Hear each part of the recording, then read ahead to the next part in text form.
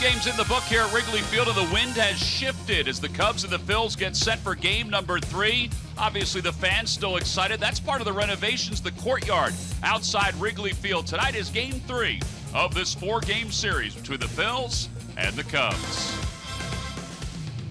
Hi, everybody. I'm Tom McCarthy along with Ben Davis. So the Phillies will go after Jake Arrieta tonight. Now, this is a pretty good pitching rotation for the Chicago Cubs. Arrieta, 2 years ago, won the Cy Young Award, followed it up last year with a solid season. He got off to a decent start this year, and he's hit a little bit of a rough patch the last couple games. He has, and Greg Murphy asked me before the game, he said, what makes Jake Arrieta so special? Yes, he does have good stuff, but it's really the crossfire, throwing across his body. A lot of deception in Jake Arrieta. Take a look at some of these highlights. He's got a good four-seam fastball. He will cut it at times, slider change, and a curveball. But what he does the best is he can change speeds in, out, up, and down. Well, this is a game earlier this season against the Cardinals. This is when he was at his best. In fact, Albert Almora made an amazing catch to preserve the victory for Arrieta. But since that time, he's, as we said, hit a little bit of a speed bump, a 7.84 ERA, just too many base runners against him. And his velocity is down 3 miles per hour from last season. He's sitting right at about 92 miles an hour. That makes an awful big difference. All right, so the Phils look to capitalize tonight. They were unable to do so last night against John Lester, who was not his usual effective self, as the Cubs took game 2 of the series. So will be Arrieta against Jared Eichhoff, who's coming off a rough start against the Los Angeles Dodgers. The Phillies hope that he'll get back on track and pick up his first victory. He has to slow this guy down. Baez is 6 for 8 so far in this series, and he's hitting everything hard. When we return, we'll get you set for tonight's matchup. Phillies baseball is brought to you by Xfinity. Xfinity X1 will change the way you experience TV. By Toyota. Find your favorite model today. Toyota, let's go places. By Citizens Bank, official bank of the Phillies. Visit citizensbank.com. And by Independence Blue Cross. Live fearless. Learn more at IBX.com.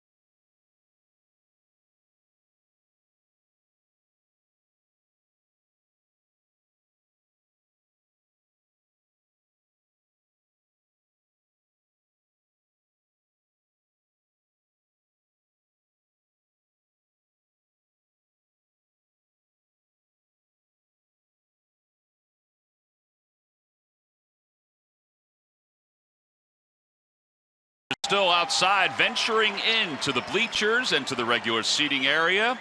It's a cold night once again. In fact, this is probably the coolest night in this 3-game series because the wind has shifted. Let's take a look at the Phillies lineup, brought to you by Xfinity. Xfinity X1 will change the way you experience TV. So, Pete Mackanin has changed up the lineup a little bit. Daniel Nava's in at left field, and that moves Aaron Altair down to the number 3 spot and over to right field. Stassi and Knapp also get a chance to play. They'll bat 6th and 8th, respectively. And they will face right-hander Jake Arrieta, the 31-year-old who is 3-1 this year with an ERA of 4.66. He won 18 games a season ago. Started out the year well, as we talked about in the open, but the last couple of starts he has not done as well.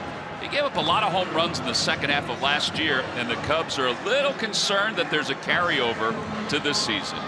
Well, his workload has been a lot over the last couple of seasons, but he's a big, strong guy. He's very durable. Mediocre numbers against the Phillies. 4 pitches. We talked about the velocity, the dip in velocity in the open. He'll sit right about 92 miles an hour, but the deception that he creates with that crossfire motion is really tough, especially on right-handed hitters. Time now for our Nissan Keys to tonight's ball game. Phillies offense, I need more from the middle, Tom. I need a little more production from the middle of that lineup. And then Jared Eichhoff, don't always have to finish soft. You can finish guys off with your good fastball. Yeah, he's finished guys off with that curveball effectively, but in his last couple of outings, the changeup has not been as effective, and the slider has not been as effective. And quite honestly, neither is the curveball. It's been more about his fastball command than anything else. Well, there's Cesar Hernandez getting ready to start things off for the Phillies. And you see the flags out in center field. We mentioned the wind is coming in off the lake. And the balls were not carrying in batting practice the way they were carrying for the first 2 games of this series. Cubs come in a game up in the National League Central with a record of 14-12. They're ahead of the Milwaukee Brewers. Phillies, meanwhile, are 4.5 games back in the East. Well, we discussed this last night, the fact that the Phillies have scored a lot of runs in the first inning this year, second most in Major League Baseball, and the Cubs have allowed the most, 33 first-inning runs. So let's see if the Phillies can capitalize like they did last night. The 33 first-inning runs for the Cubs, the most since 1887. When the Chicago franchise that was not called the Cubs gave up 35. And the first pitch of the night is a fastball down low. We are underway. Cesar so far 3 for 10 in this series. He has 1 hit in 7 at-bats against Arrieta. Fouls it back 1-1. Arrieta's been part of the problem in the first inning this year. He's allowed 8 earned runs. And you see his numbers against the Phillies since becoming a Cub.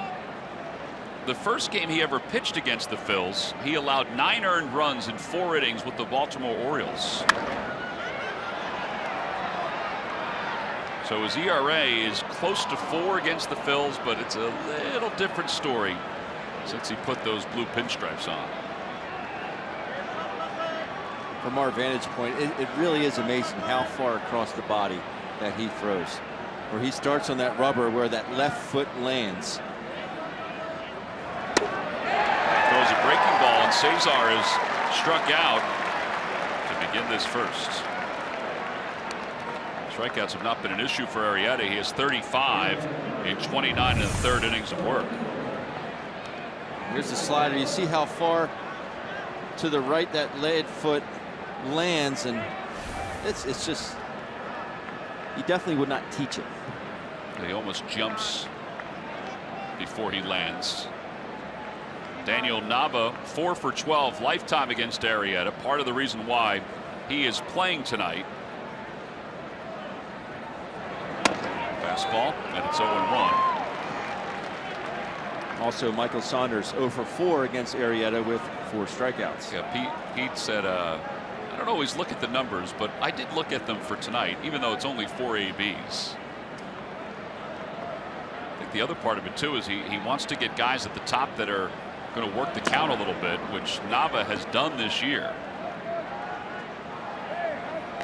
He said a couple of guys that are in the lineup, he said, I don't know if they were happy to be in the lineup or upset that they had to face Arrieta. Never a dull moment in that room with Pete. No.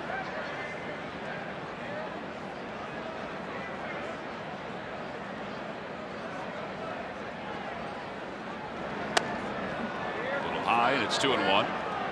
The Lucky McDonald's Phillies home run jackpot contestant is Tom Van Blavkin of Danielsville. Phillies hit a home run in today's ball game. Tom will win $100. Now at McDonald's, an ice cold delicious soft drink is only $1. I'm loving it. Good luck, Tom. It's one of the more interesting last names we've had to read. Yeah.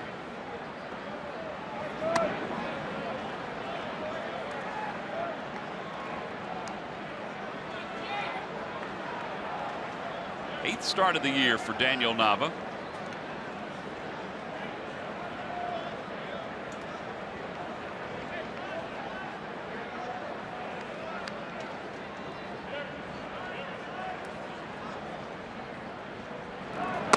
Outside ball 4. And Nava, who has an on-base percentage of now over 500, draws a walk, and the Phils have a base runner. Pitchcast will tell you that that last pitch was out of the strike zone. He seems to do that just about every at bat. He really does. I mean, he will work a count and see a lot of pitches. Now, do you think that's something that he was taught in the Red Sox organization? Because, you know, a lot of times the Red Sox, Yankees, they take a lot of pitches. Yeah. Definitely something that has developed over the years. Aaron Altair is 4 for 7 with 4 runs batted in during the series so far. Hit a home run last night in the first inning. Average at .333.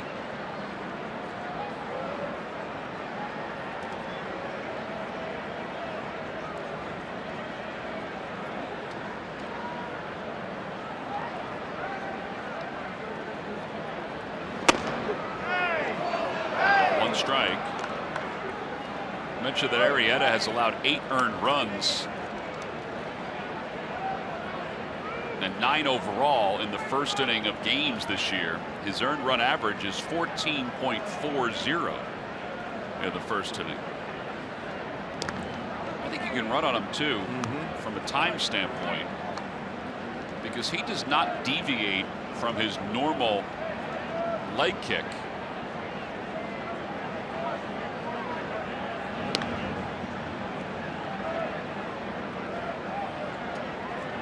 Offense to Miguel Montero, but he doesn't throw as well as Wilson Contreras from behind home plate.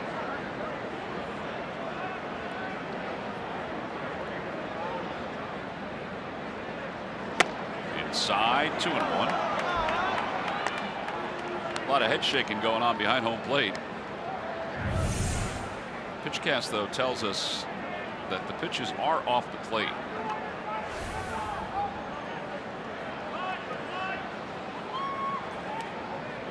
A big topic of discussion on our way home last night. I was just thinking about that. We did discuss that a lot last night.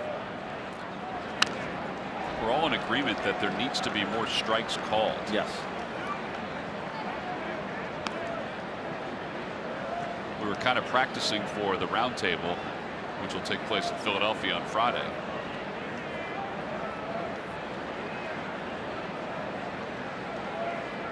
We just feel that it just needs to be opened up more. Make the hitters more aggressive. There were a couple of pitches to even Jeremy Hellickson, who we talked to last night, who said that he thought they were strikes when he was at the plate. And Altair is down looking.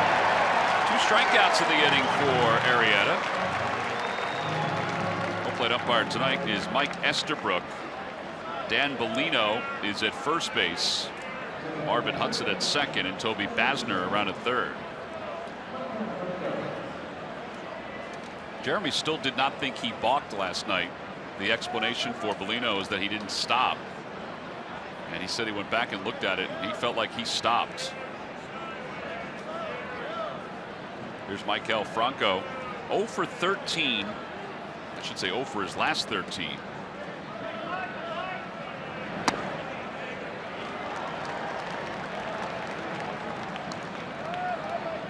He is 2 for 18 on this road trip.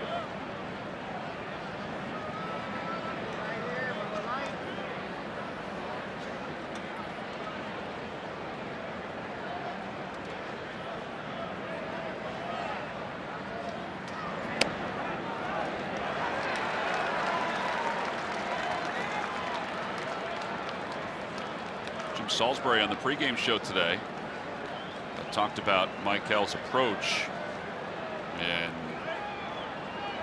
it's really the same stuff we talked about last year.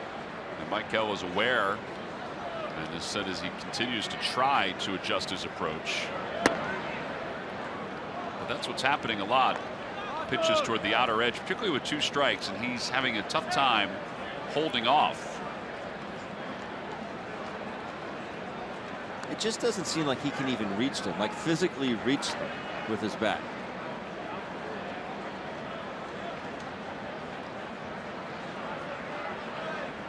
Runner goes, pitches in the dirt, throw to second by Montero, not in time. And Daniel Nava has his first stolen base of the season. Well, he picked a good one to go on. First of all, it's a curveball at 78 miles an hour. Secondly, I had him timed at 1.45 seconds. So it's the first movement. As soon as he lifts his leg or makes that first movement to go towards home plate, to the time the ball hits the catcher's mitt, I had it at 1.45 seconds. Which is high. This is very high. And you can run on it if it's 1.2 or below. 1.3 or below. 1.3 or below. They usually anchor down, or you're not as aggressive. Right. 2-2 pitch coming to Franco. Opposite way, base hit it to right field. Nava's around third. He's being waved home. The throw to the plate by Zobrist is not in time. And Nava scores, and the Phils take a 1-0 lead. Another first inning run for the Phillies, and another one allowed by the Cubs. Daniel Nava giving some hitting advice to Brock Stassi, what he saw. But this is good hitting by Michael. Go out there and get it. Very aggressive by Juan Samuel here, knowing that Ben Zobrist does not throw particularly well. But that's all Daniel Nava. First of all, great at bat for the walk. Steals second base. Good route around third base to score on that single by Michael. Well, the Phillies now have scored a first inning run in 4 consecutive games. That's 25 runs in the first inning this year. And here is Odubel Herrera.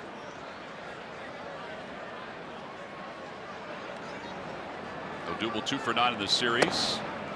And a swing and a miss. It's 0-1. Boy,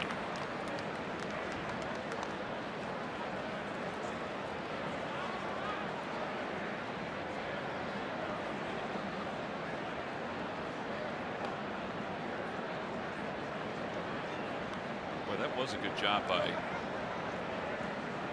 Juan Samuel to be aggressive.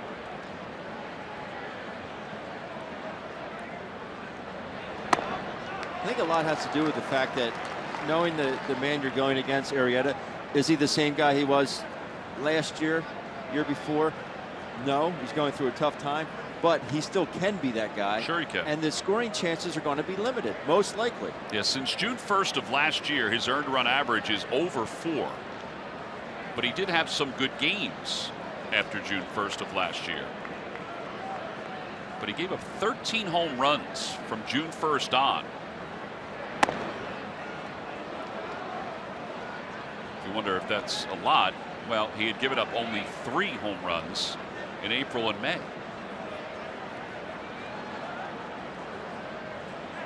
Franco at second base.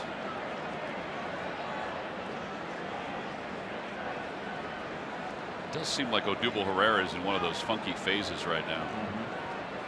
It just doesn't seem like he's got his timing down.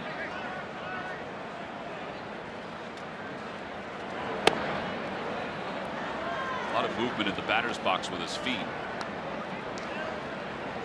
Tonight's game is also available in Spanish. Just use the SAP button on your television or change the language through the menu on your cable box.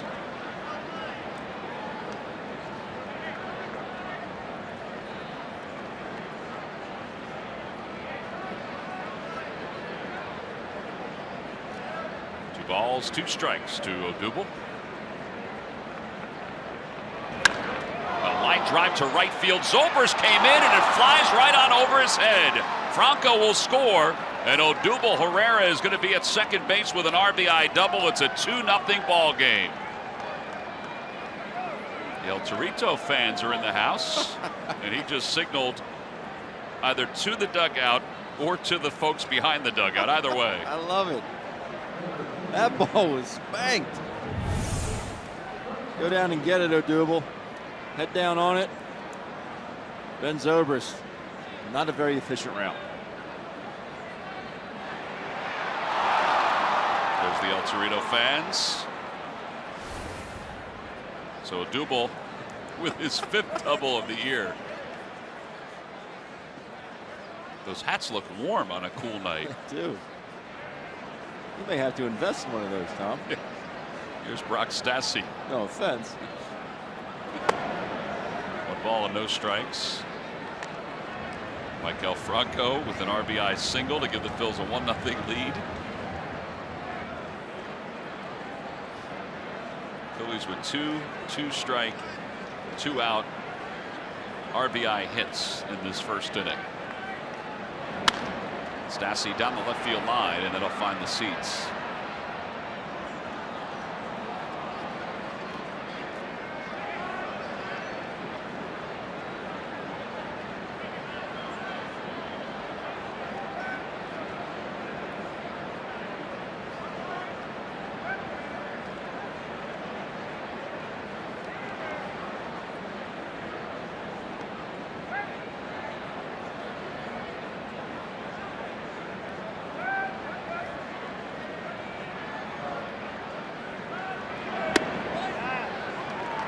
Ball with 2 strikes to Stassi. 27 pitches in this first for Arrieta.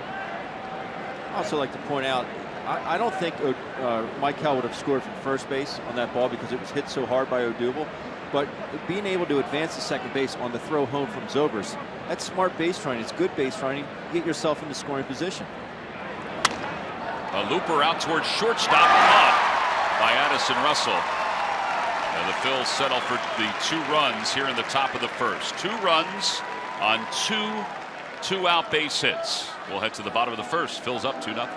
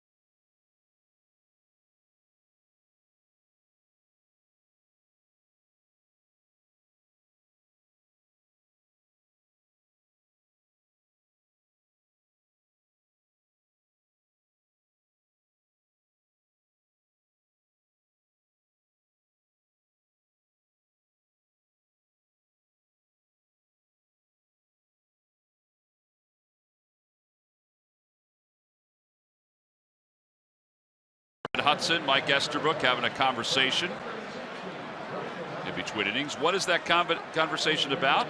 We do not know. We do know the Cubs lineup brought to you by Xfinity. Xfinity X1 will change the way you experience TV. Schwarber, Bryant, and Rizzo, followed by Ben Zobrist, Addison Russell, and Jason Hayward. Miguel Montero catches tonight. He bats 7th. Jake Arrieta 8th, and Javier Baez is hitting 9th. Arrieta, Eickhoff, I should say. In his 6th start, he's 0-2 with a 3.56 earned run average.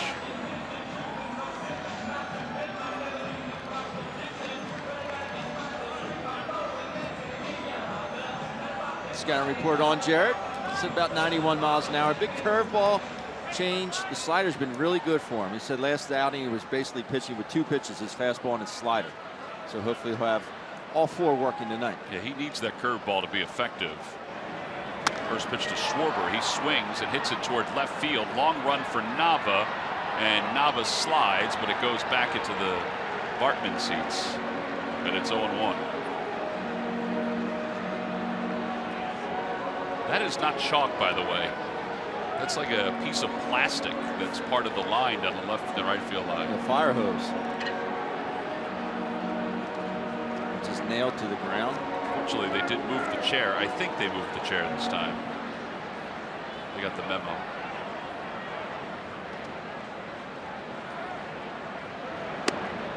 Inside, 1 ball, 1 strike.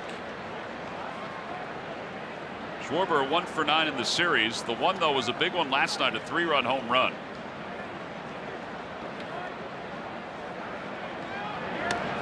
That's one of the issues the Phillies have had on this road trip. They've given up 11 home runs. Yeah, that was going to be one of my keys to the game, but it's kept it at 2, and got to keep the ball in the yard.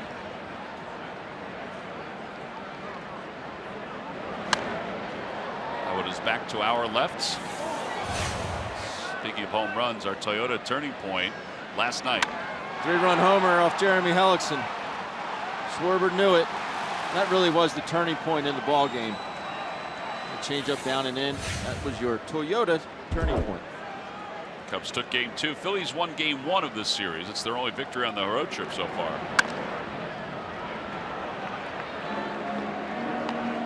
And Schwarber stays alive. I think he was looking hooked right there. He may have been. Well, the Cubs have faced Eichhoff before. He's made 3 starts. He's 1-1 with an ERA of 3.70.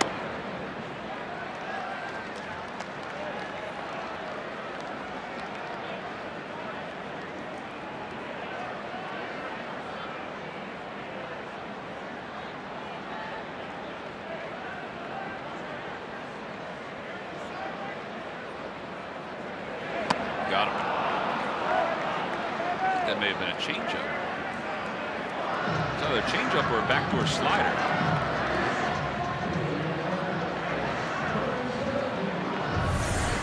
Take a look here. 85. I think it was a slider, just backed up. But we'll take it. 29 strikeouts now and 30 2/3 for Eichhoff.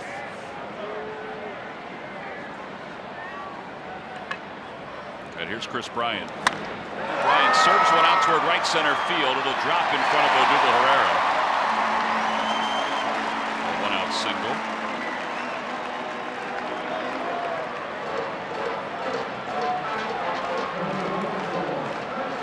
Did you like swinging at the first pitch? I did. Especially if it was straight. I was hacking. I guess the thinking is you're probably going to get a fastball most times, particularly the first at bat of a game.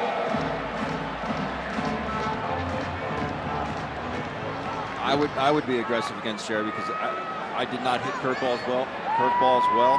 That's his best pitch. I'd like to get him early in the count. Phillies have the shift on for Rizzo. Rizzo hits a foul toward the roof on the right side. Actually lands in the seats. It's 0-1.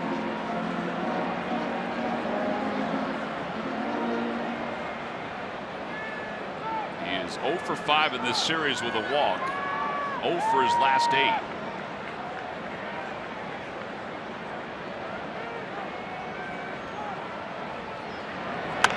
Over to first base, off the glove of Stassi. They'll get the out at first. But Brock is not going to be pleased because they had a chance to turn 2. So 3-4-3 on the putout. He's a guy who has a .999 fielding percentage for his professional career. So that's a play that he makes all the time. I think he was going to tag first base and then go to second base. He just didn't have the ball yet. That's exactly what he was. Got to catch it first before he can retreat towards the bag. Yeah, he was leaking back toward the bag just a little bit.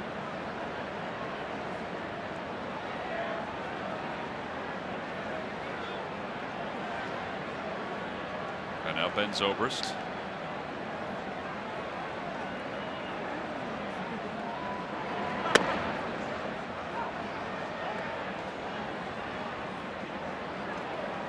And Zobrist takes the first pitch for a strike.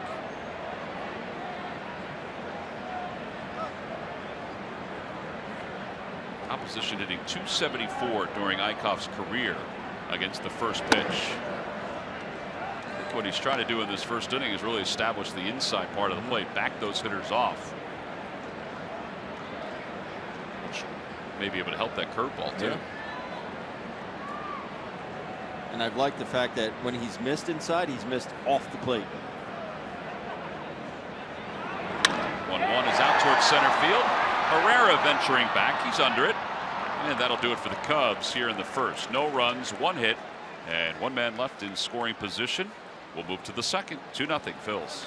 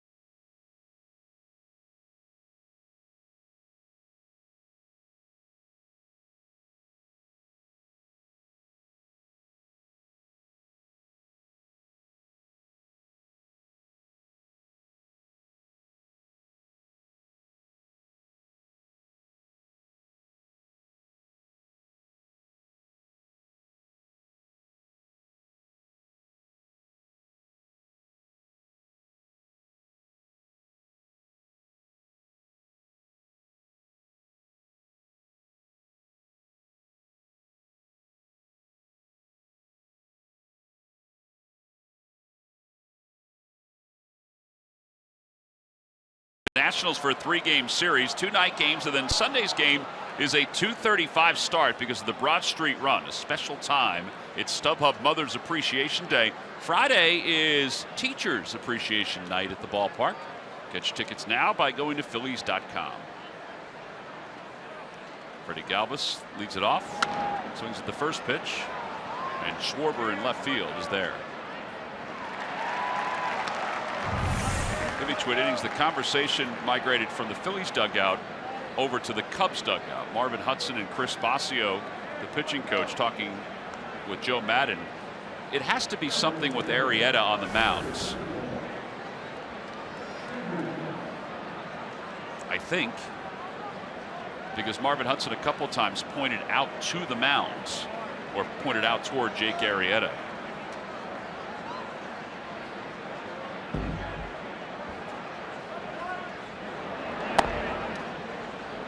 Andrew Knapp takes high. Knapp making his 8th start. 3 hits in his 1 start on this road trip.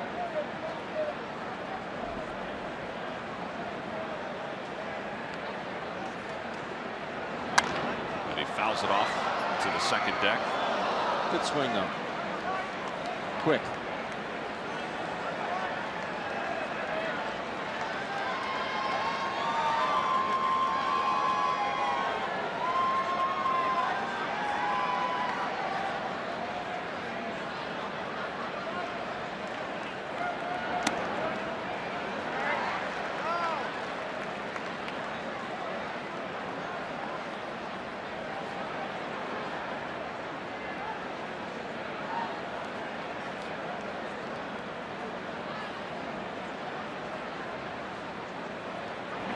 Swing and a miss. And Knapp strikes out. 3rd strikeout for Arrieta. And Jared Eichhoff is coming up. Back foot slider. That one had more depth on it than lateral movement. Good pitch.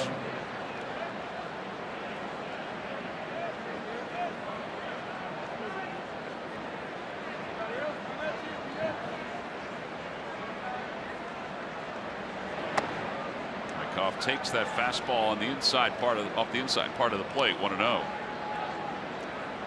Freddie flew out on a 91-mile-an-hour fastball. That pitch there to Jared, 92. Just weird to see Arrieta, that one at 91. Right, because he was, when he won the Cy Young, he was at 95, 96. Yeah. And I know we shouldn't get wrapped up in velocity because it's all about location with pitching. Yeah, but we do. what we do, because that is drastic. There's a huge difference between 91 and 96. Huge difference. Well, he has 2 no-hitters to his record since the 2015 season. He's a guy who was 20-25 when he was at the Baltimore Orioles. Now, he did start an opening day for the Orioles. In fact, Andy McPhail was with the O's when that happened. But 57-22 since coming over to the Cubs.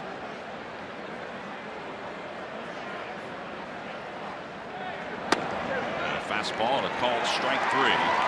Back-to-back strikeouts for Arrieta, who has struck out 4 for the first inning and a half. We'll move to the bottom of the second.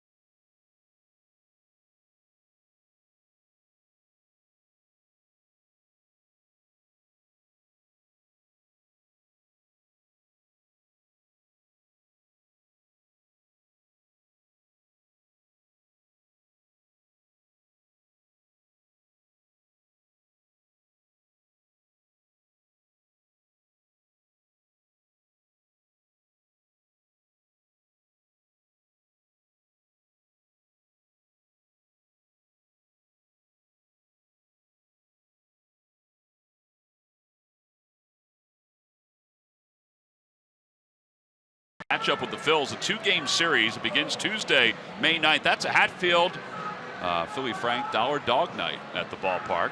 Wednesday is a Citizens Bank Business Person Special. It's the return of Carlos Ruiz. Tickets can be purchased by going to Phillies.com. There's Carlos, at least his name. And there he is. Some great shots of Ruiz and what he has done, what he did for the Phillies. 2012 All-Star with Papelbon and Cole Hamels. Caught 4 no-hitters, including the one here against the Cubs.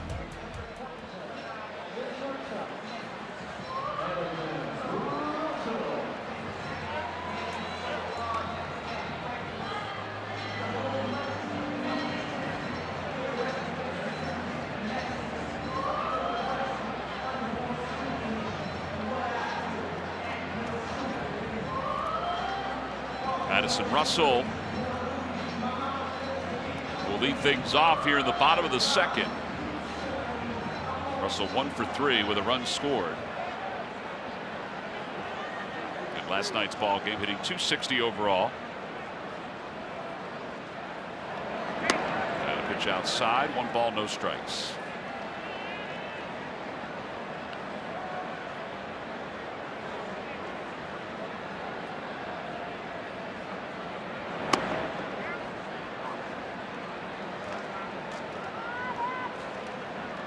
Pitches so far for Eichhoff, and no curveballs just yet.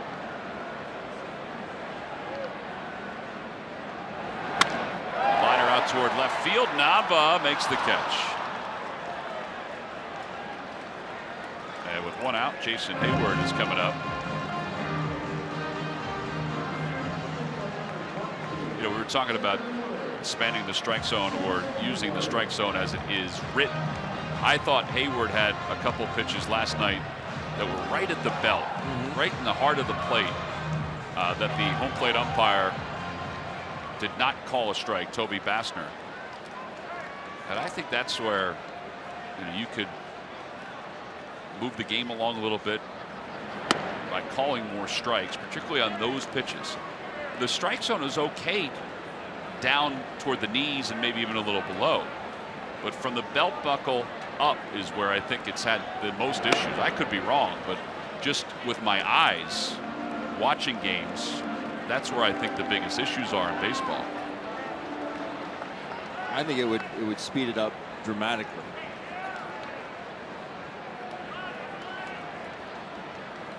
Two-0 pitch to Hayward. Yeah, that's low. 3-0. Hayward is 0 for 6 with 2 walks in this series.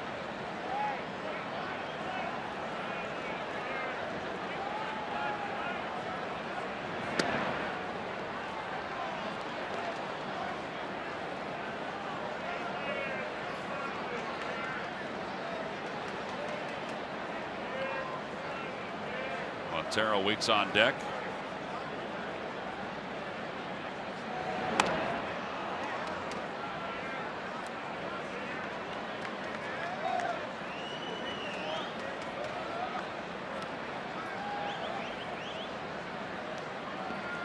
Opposition is 5 for 40 this year in at-bats that have ended with one of Eichhoff's curveballs.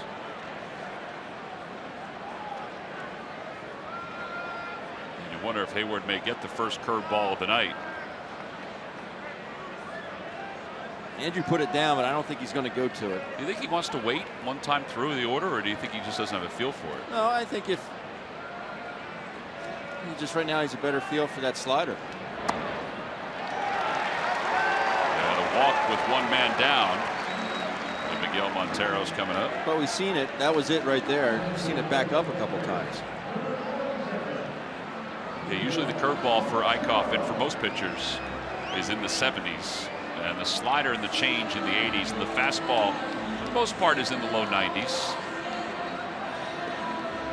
Last time against the Dodgers, he felt like he just didn't have a feel for the baseball. He said, what did he tell you? It was chalky? He said it was very chalky. Just couldn't get a good grip on it. Now it's cool tonight. Sometimes folks have trouble with the curveball grip when it's cool. It's cool after talking to him about that start is we know Jared. He is honestly the nicest guy you could ever speak to. Always nice and pleasant, but there's nothing boastful about him. Absolutely nothing. But I talked to him about that outing. He said, I was out there pitching with 2 pitches, fastball, slider. He goes, if I had my curveball, game over. But it's nice to hear that inner confidence. He doesn't show it. His mound presence, nothing about him is boastful. But it's nice to hear him have that confidence within himself that, hey, if I had that pitch, it's lights out. That's how much belief he has in himself. Great to hear. 1 ball, 1 strike. Quick toss over to first. Why do you think he's not using it tonight? I don't think he's realized that he's gotten into a good situation to use it yet.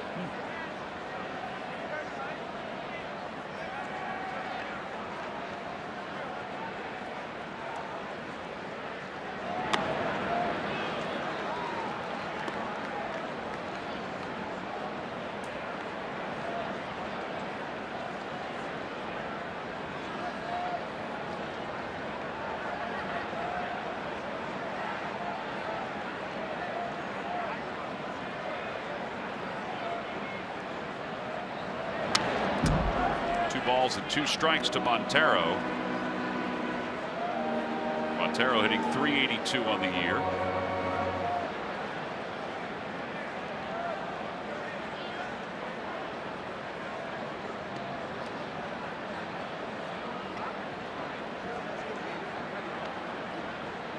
Hayward has 1 stolen base this year.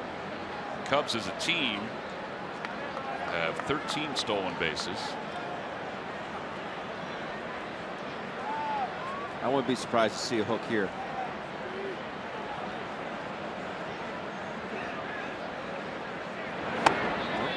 Throws a slider that runs up high. I thought he'd get one there because of Montero. He's better with more lateral movement. Miggy is, as opposed to any pitch with depth, and we know about the depth of that curveball. That's how I would attack Montero. And a liner to for a base hit. Alter's going to cut it off, but Hayward's already on his way to third base. And he'll hold up there. So first and third with one man down.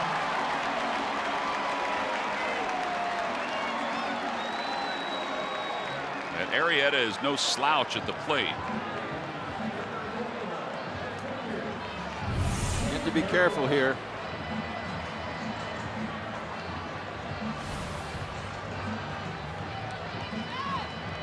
Like a changeup. Did look like a changeup.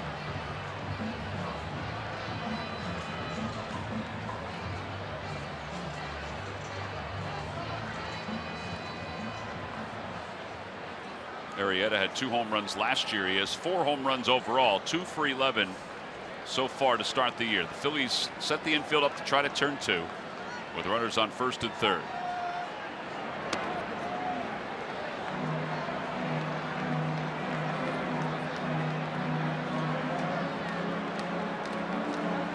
Gary Jones giving the signs.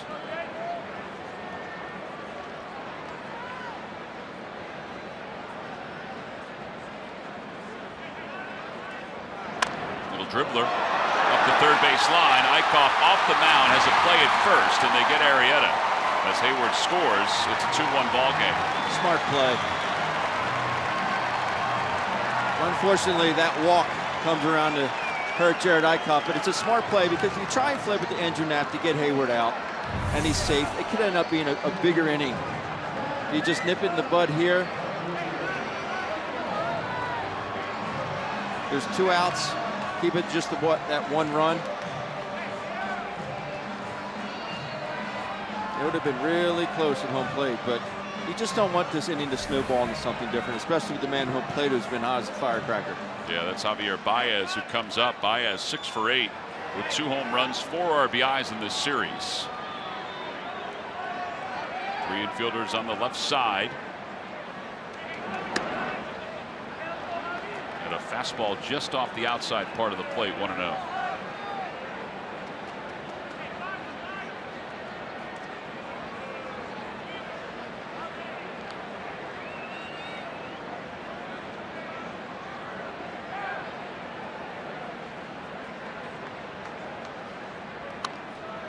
Shot over to first base. Stassi has it, and he'll take it to the bag. That's the first curveball of the night, and it gets Baez. A run does score on 1 hit.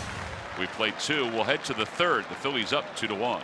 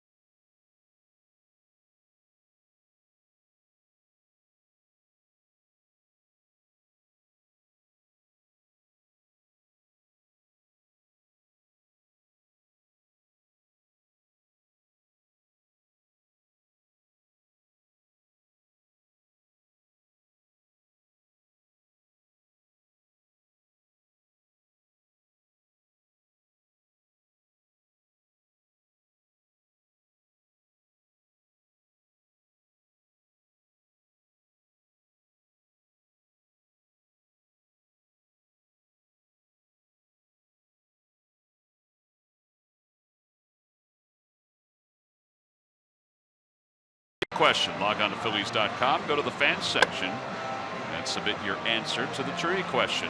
So tonight's question, Ben, is this: who recorded the win and save in Game 7 of the World Series for the Cubs?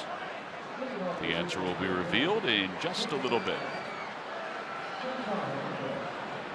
The win and the save. Last year or 1908? I would say it's last year. If you want to give us 1908, I think there'd be fans out there that would love to hear it. And maybe there's fans out there that can explain to you how in 1944 they were able to hold a ski jump competition here at Wrigley Field. We're trying to figure it out. Yep. You can't see it even with hallway cam, but there are photos on the wall up here in the press box, including one where there's a ski jumper in front of a sold-out crowd here at Wrigley Field in 1944. It's a ramp constructed off the roof, and they landed right about second base. It seemed really safe at the time. Cesar takes a strike. No balls, 2 strikes from Arrieta. Arrieta has struck out 4.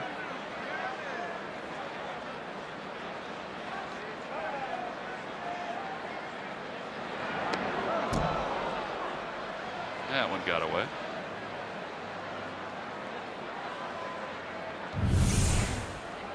Oh wait, Cam did catch Diego. That's right, Diego.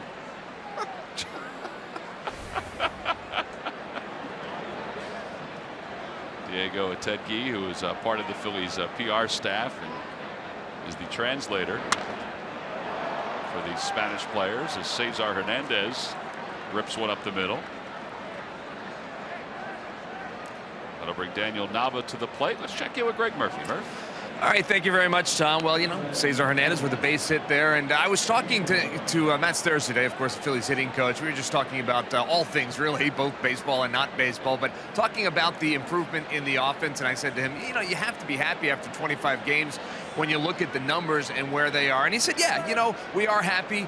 Certainly some things are improved as you look at the numbers. You know, pretty much every major category, with the exceptions of wins and losses after 25 games, has improved from an offensive standpoint. But certainly, he said, there is a lot more that needs to be done to get this team more consistent and winning on a more consistent basis. But we were talking just in general. I said, so are you enjoying the job? You're 25 games into being the hitting coach now. And he said, yeah. He said it's completely different, obviously, than the life of a broadcaster, the life of a coach in the major leagues. I mean, these guys are working long hours. And he said that a broadcaster, Rich Waltz, down there in Miami, he's the Miami Marlins play-by-play guy, was talking to him when he was in Philadelphia the other day, and he said, Matt, you know, the best way I can describe what a hitting coach's job is like in the big leagues, he said, you ever see those guys in the circus that are spinning plates, and you got 3 spinning really well over here, but the 3 over here are wobbling, so you got to run over here and get those 3 spinning right? He said, that to me is what it must be like to be a hitting coach. And Matt said, man, oh man, that is the perfect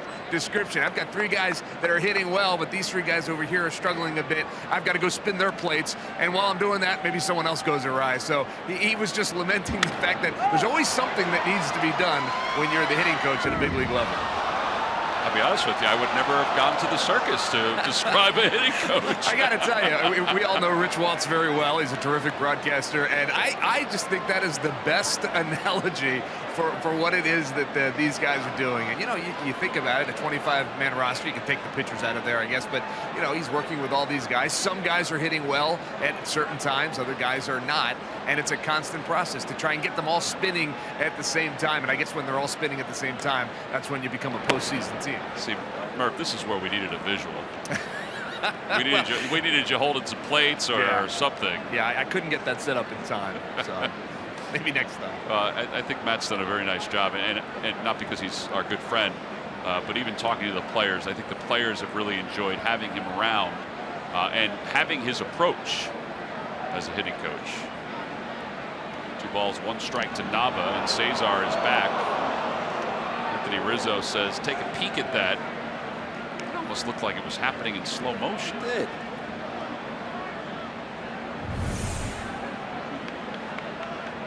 He's out. They're going to review it.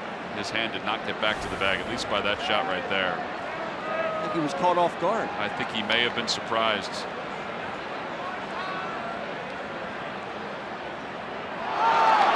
They just showed it up on the big board here. They're showing that picture right there. Rizzo applies the tag now, and the hand is not even close to the bag. Rizzo does have a gold glove to his name, and I was very amazed at how long he took out in the field today during batting practice. Ground balls, picks in the dirt, throws to second base. I mean, it was extensive. I know that the Cubs don't hit on the field a ton, so maybe he uses days that they actually do hit on the field to work on his craft out at first base.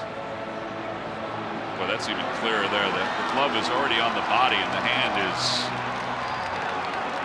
not even close to first base. Odubel led the team in pickoffs last year. Cesar was second. And Cesar is out at first base.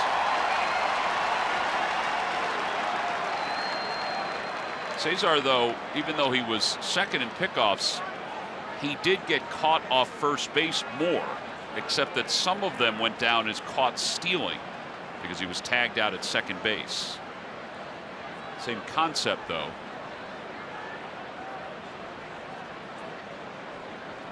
So 1 out, the count 2-1 to Daniel Nava.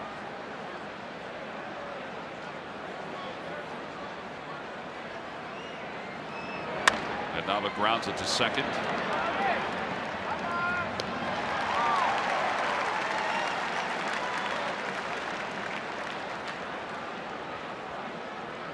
So that brings Aaron Altair to the plate.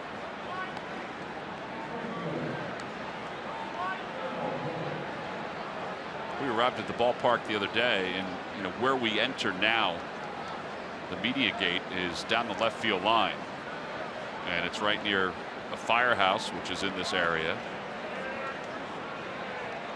And there was a crowd across the street.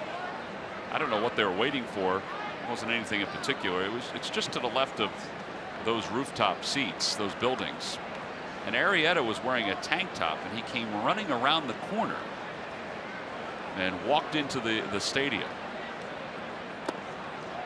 And it was in the 40s. It was like that guy behind home plate last night. Yeah. In the tank top.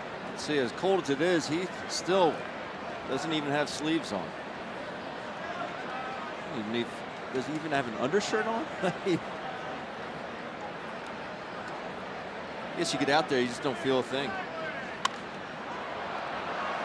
Out towards shallow center field, and Russell makes the call and the catch. No runs, 1 hit, and nobody left. We played 2.5, still 2-1 Phils.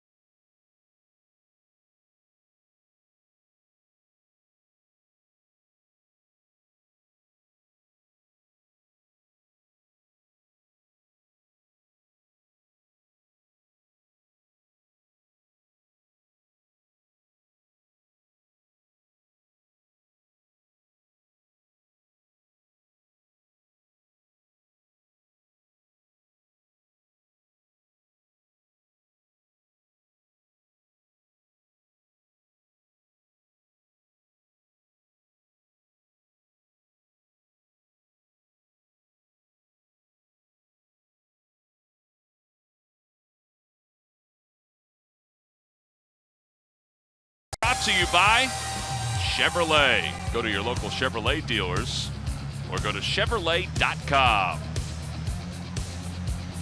Bottom of the third, Phillies on top 2-1. And Kyle Schwarber will lead things off. It'll be Schwarber, Chris Bryant, Anthony Rizzo. 1, 2, and 3 for the Cubs. Scott Franzke and I were talking today about this Cubs team and how many #1 picks, whether it be Cubs #1 picks or just #1 picks that they've acquired, that are on their roster. Sometimes you look at teams, and obviously some have more than others, But the Cubs have 6 players who were #1 picks by their organization or by others that are on their 25-man roster. Without going over every other team, that seems like a lot. It does. But it also proves success by their scouting department. Schwarber hits it a mile in the air. And that thing is way up there. Look out below. It's 1-2. Schwarber is one of those guys who's #1 pick. So is Chris Bryant, #1 pick. Madison Russell. Arrieta.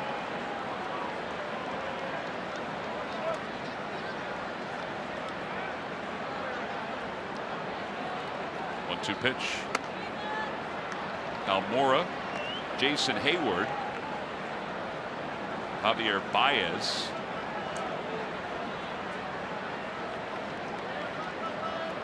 Anthony Rizzo was not a #1 pick, but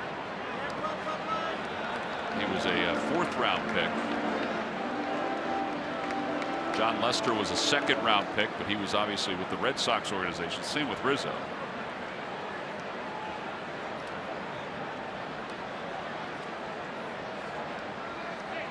Three balls and 2 strikes to Schwarber.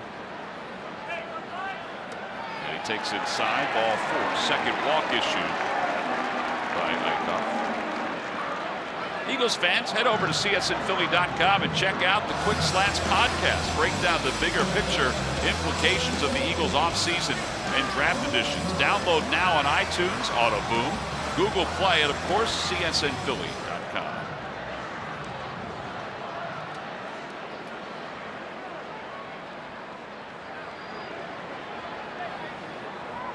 So Schwarber walks. That was the 4th full count by Jared Eichhoff so far. And here's Chris Bryant, who singled.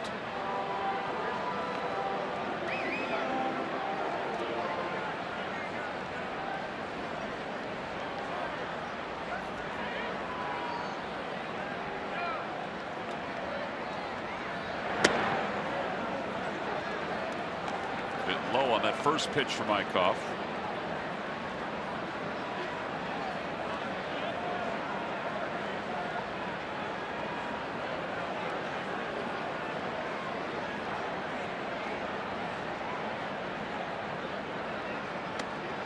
Balls and no strikes.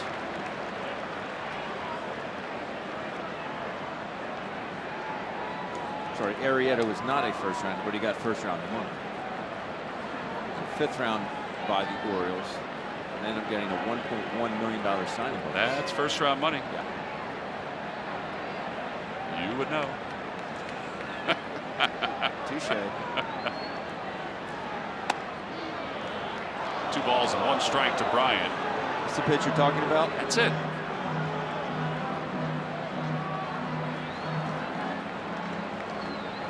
I'm actually surprised more hitters don't swing at it. I'd like to hit a pitch up out over the plate. Just above the belt? Absolutely. Yeah.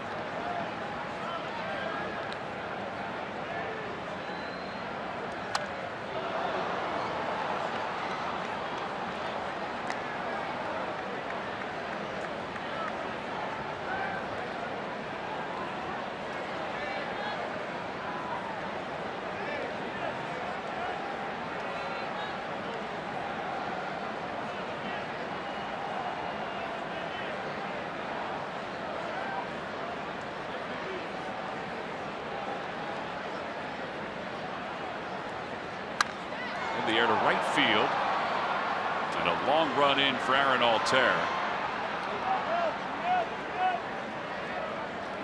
And Chris Bryant retired on the breaking pitch, and Anthony Rizzo coming up. We're the 2nd time throw, and there's a curveball there. I think you might see him throwing a few more of those. This slider doesn't seem. The pitch before that was another slider. Another one that backed up was a really good pitch for Chris Bryant to hit. He missed it. Comes back with a curveball, gets it out. I think you might see him start to go that pitch a bit more. They got Anthony Rizzo to ground one off the glove of the first baseman Brock Stassi his first time up. It was a 3-4-3 put out.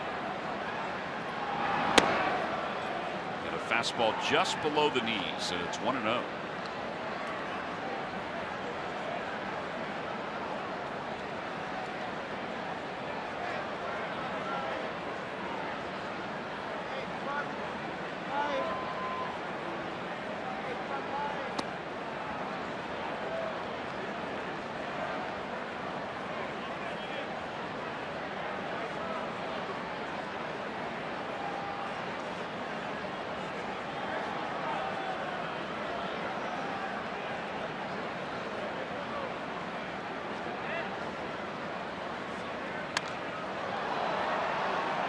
Nap off of the mask, but this one will be back many rows, and 1 ball and 2 strikes.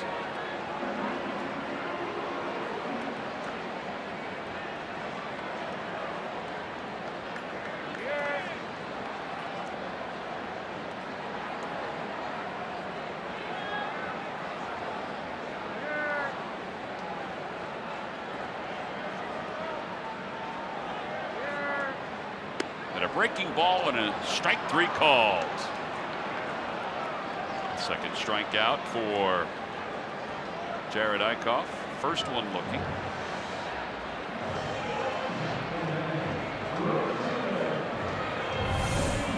There's a pitch right here that he's gotten away with a couple of those tonight.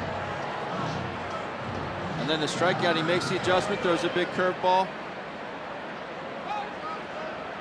Buckle a lefty. You see that little flinch there?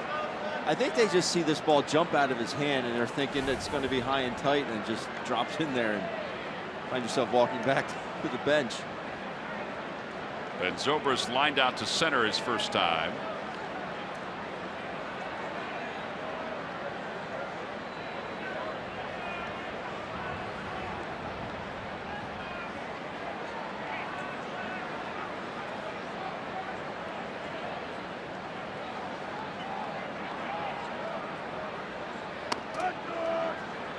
Outside.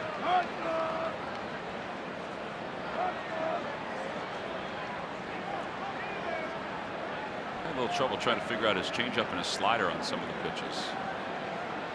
I'm thinking that's a slider at 85. I think his changeup is in the low 80s.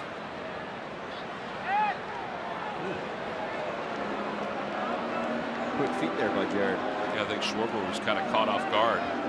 Schwarber's looking into the Phillies dugout to see if they're going to the phone to see if he's out.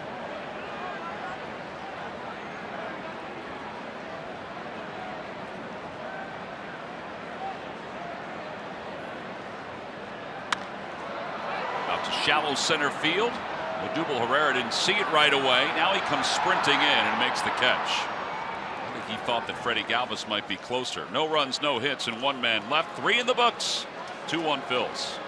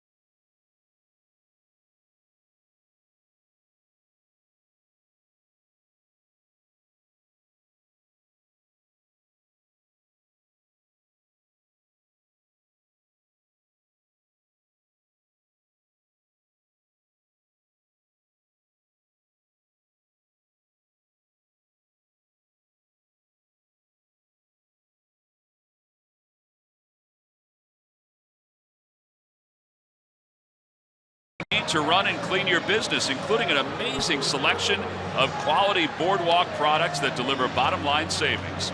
Call an order by 11:30 and get your order the same day. Who but W.B. Mason? Phillies scored 2 runs in the first inning tonight. And they lead it 2-1. Maikel Franco drove in 1 of the 2, and he will lead it off. It'll be Franco, Odubel Herrera, Brock Stassi. 4, 5, and 6 for the Phillies.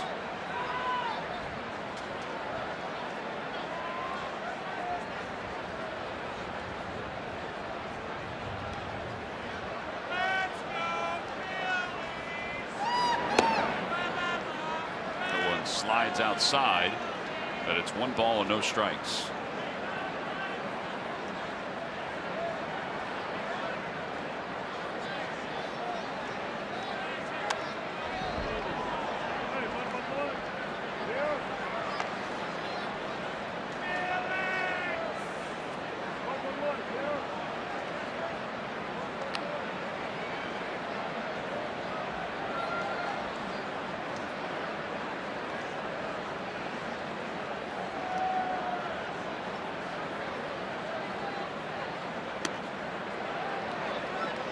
Ball, 2 strikes. Arrieta's making just under $16 million this year. It'd be interesting to see what happens if he becomes available in the offseason. You talked about his velocity being down on average 3 miles per hour with his fastball. That one is lined past Chris Bryant down the left field line. Chairs are a-moving, and Schwarber gets to it quickly. And Maikel Franco has to hold up at first.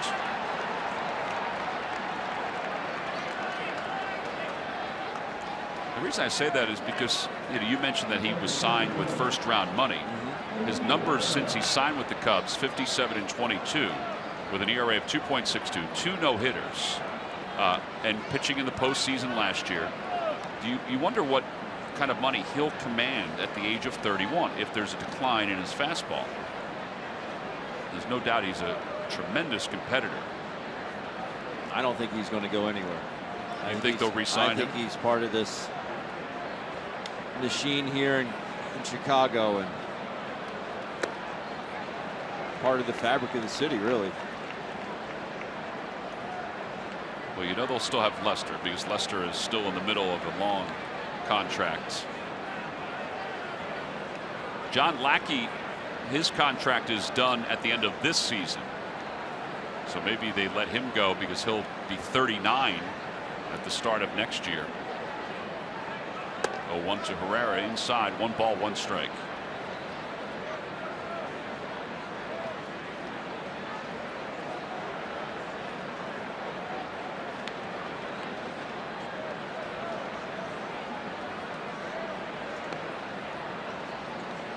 Odubel doubled to right field, and Zobrist is playing a little deeper this time.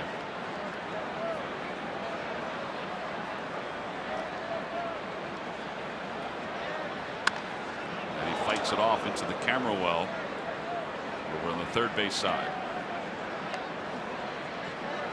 So like an 0-2 emergency hack, like just to foul pitch off and live to see another pitch.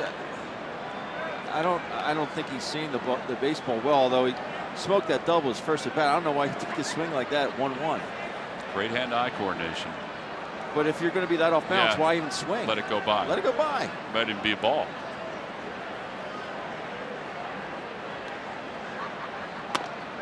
Waves at the 1-2 pitch. 5 strikeouts for Arrieta. Follow Phillies baseball live with the MLB.com at-bat mobile app. Stay connected to the game's best players all season long with Game Day, live game video highlights, radio broadcasts, stats, news, and more. Download MLB.com at-bat today. It's your #1 app for live baseball.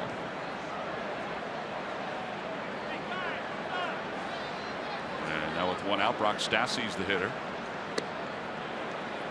78-mile-an-hour breaking pitch. 0-1.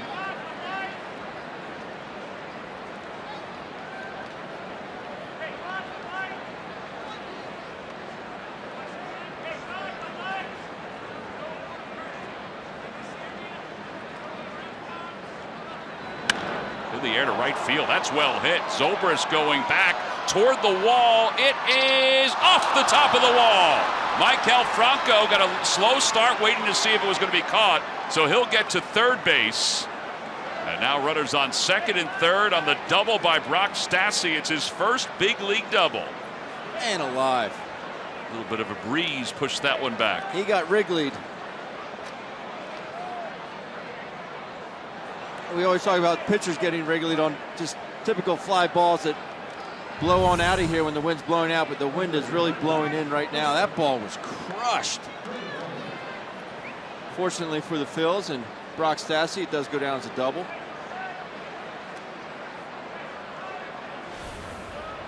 And now the Cubs are going to play the infield in with Freddie Galvis up. But that would have been pretty cool for Brock. Yeah, I took Arrieta deep at Wrigley. No big deal.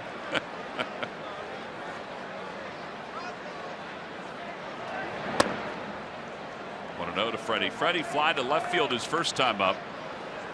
I don't know if that same fly ball would score Maikel Franco here.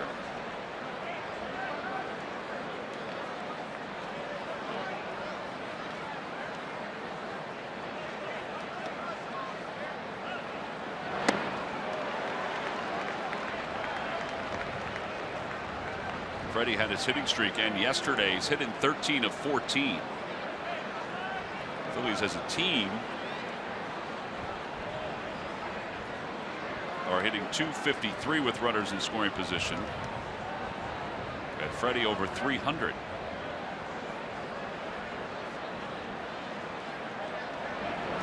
Way inside.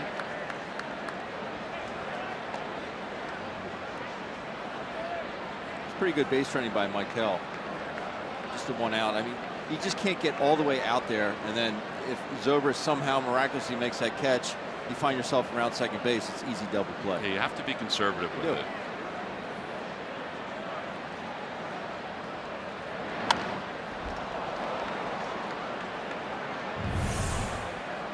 Watch Maikel here. He gets out there, he gets out there, gets out there. So where he's still in enough position where he can make it to third base easily, obviously, or he can retreat towards first base if Zobrist does catch it.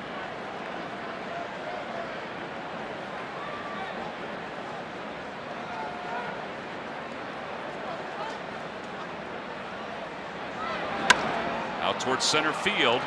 Hayward settles under it. Tagging from third is Franco. He's coming home. The throw to the plate by Hayward, cut off by Rizzo. Sac fly for Galvis. And they get the run home, and the Phils lead it 3-1. Well done, Freddie.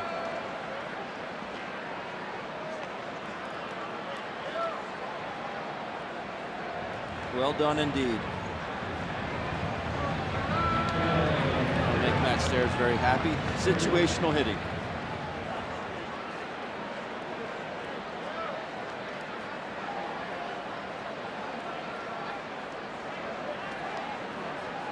Andrew Knapp struck out his first time up.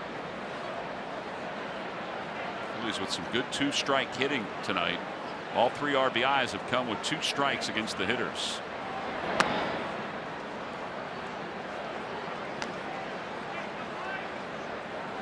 Same situation that Cameron Rupp had last night. 2 outs, man on second base, pitcher hitting behind you. Are you really going to give me something to hit here?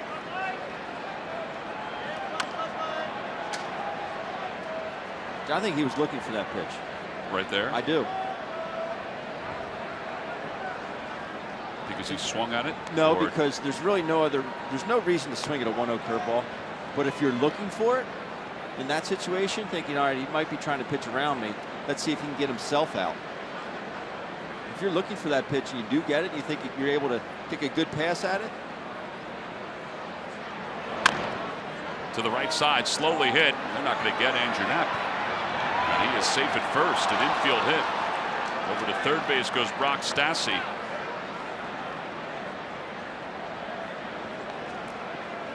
Talk about no man's land.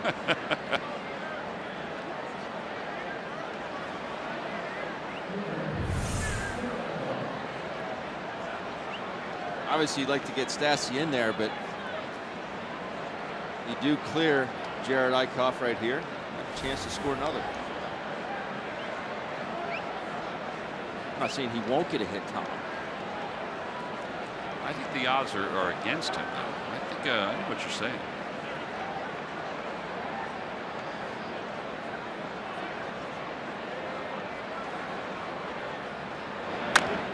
Back toward the mound. And Arrieta floats one over to first. Phillies do get an additional run on 2 hits. 3 hits, I should say. They leave 2. 3-1 Phils.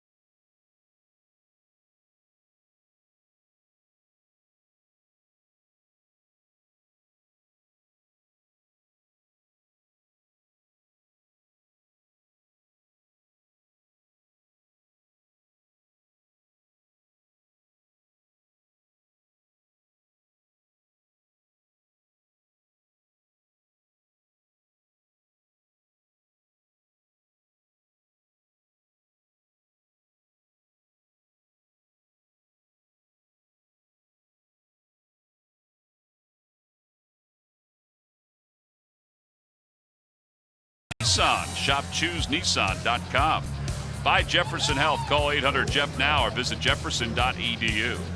And buy your local Ford store. Check out every new Ford car, truck, and SUV crossover at buyfordnow.com. Home half of the 4th inning. Jared Eichhoff has a 2-run lead to work with again. And he will face Addison Russell, Jason Hayward, Miguel Montero.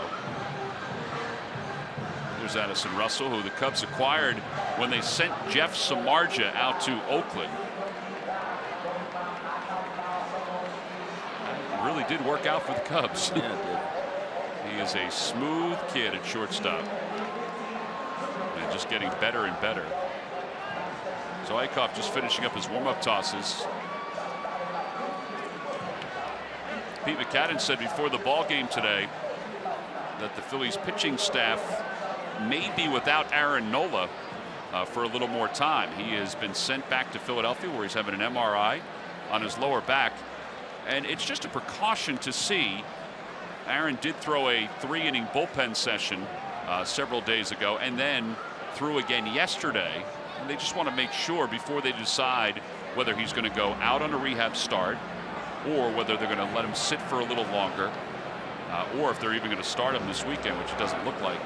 But they just want to make sure that everything's okay with his back before they make any other decisions. They can afford to be cautious because they really liked what they saw from Pivetta the other day in Los Angeles. As Russell takes strike 1.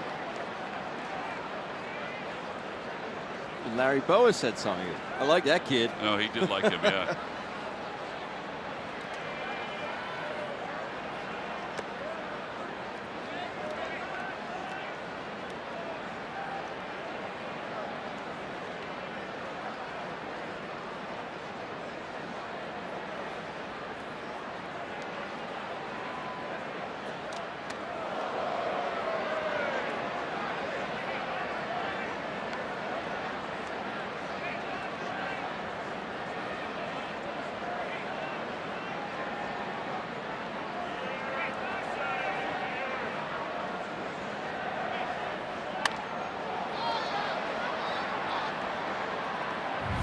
Innings, Freddie Galvis, after warm-ups were done, walked over and gave that youngster a baseball because it was his 5th birthday, or it is his 5th birthday.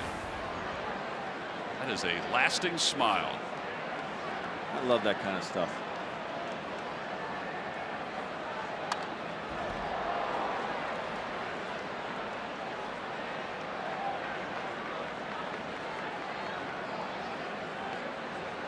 It's pretty neat that Freddie picked up on it. Yeah. Remember that forever. He almost buckled him. It was just a little low, and now it's 3-2. Another 3-ball count for Jared.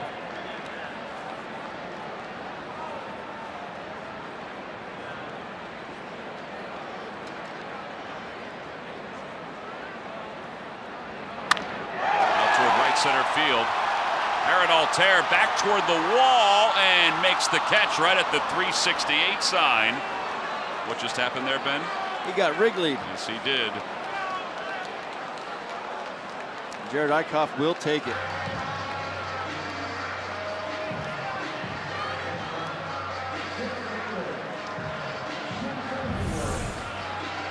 Ball's driven to right center. See it splitting the plate.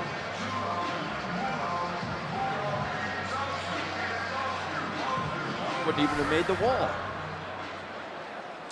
Yesterday it would have been 10 rows up. And out on the Sheffield.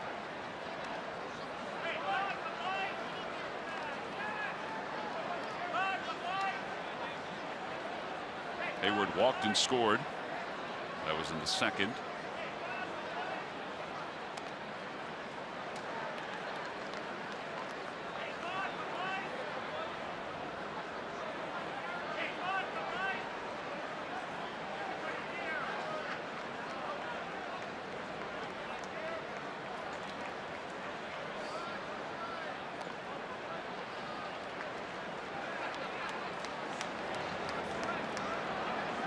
He went 3-0 to Hayward in his last at bat.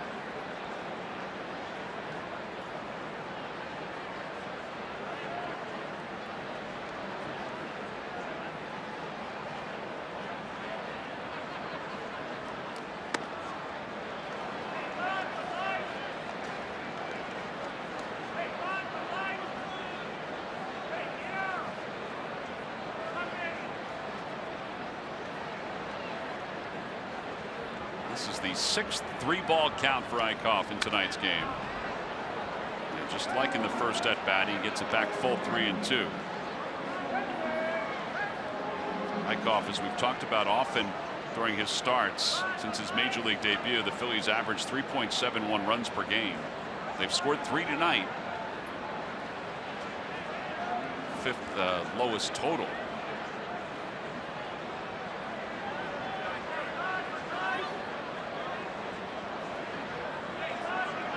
Well, you battled back to get yourself back into this count. Finish him off. He's going to go with a backdoor slider.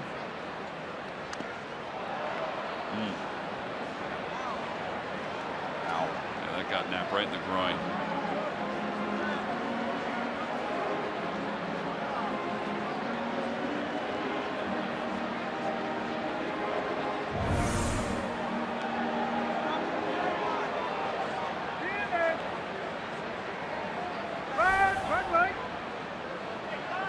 Ball really was misdirected off the bat. Usually it goes straight back. That one was on an angle.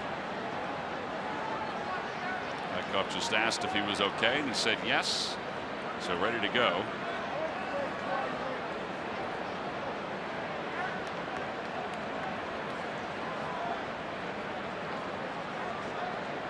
And a line drive caught by Cesar Hernandez at second.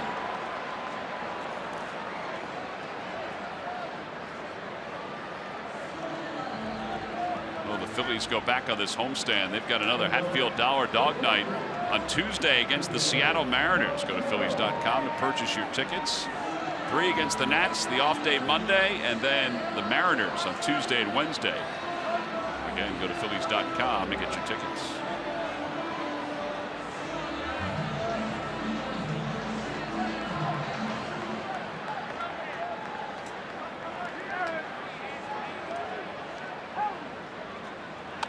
Montero hits one foul.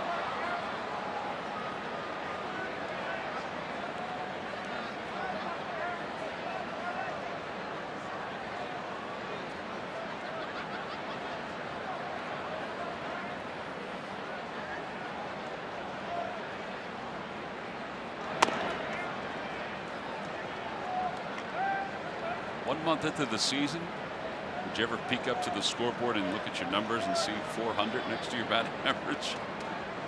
No. I think that was more of a rhetorical question. Go on that?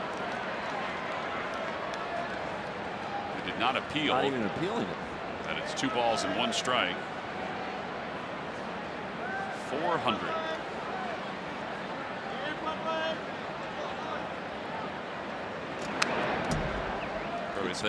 Probably thinking, I'm gone.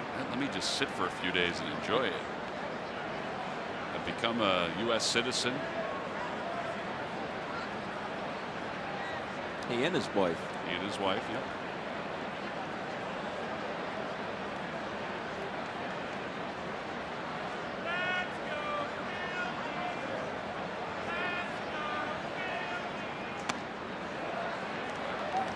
Seven 3-ball counts.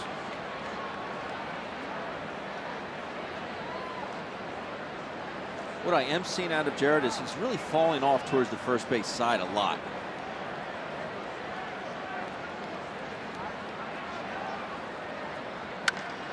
Out to center field, Odubel Herrera ranges back a few steps from the track. And a 1-2-3 4th inning for Jared Eickhoff. He's retired 6 consecutive hitters. We'll head to the top of the 5th inning, top of the order, due up for the Phillies.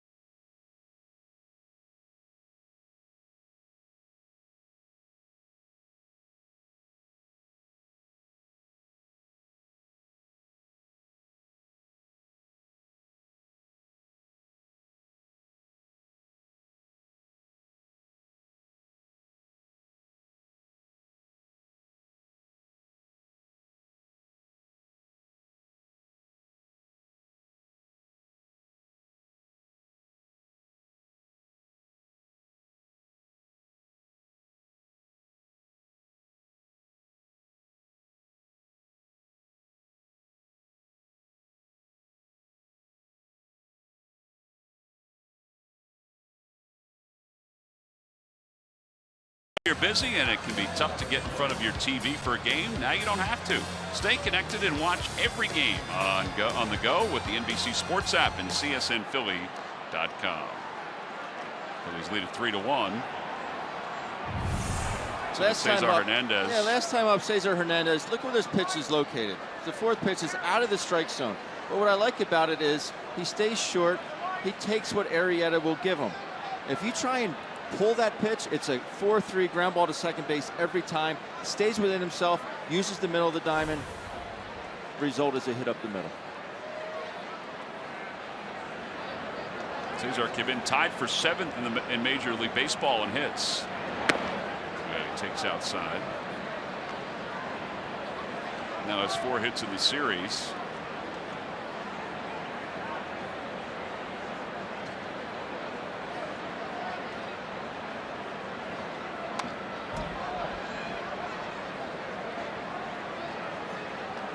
Aggressive grip right there.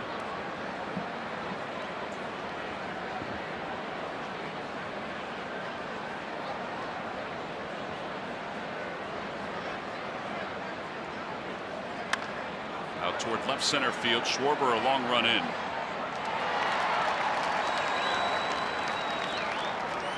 One out. You know, we haven't seen Murph all day, and I come to find out that the reason we have not seen him all day is because he's been shopping here in Chicago. Craziest thing.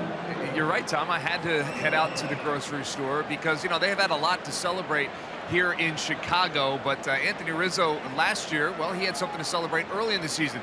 His cereal came out in Chicago last year. Yeah, breakfast cereal. It's called Rizzo's. It came out at the beginning of last season. It's a toasted oat and honey cereal, guys, and it was a huge hit in Chicago. In fact, it was flying off the shelves, and it was selling out left and right. So they decided to come up with a championship edition of Rizzo's, the honey nut toasted cereal.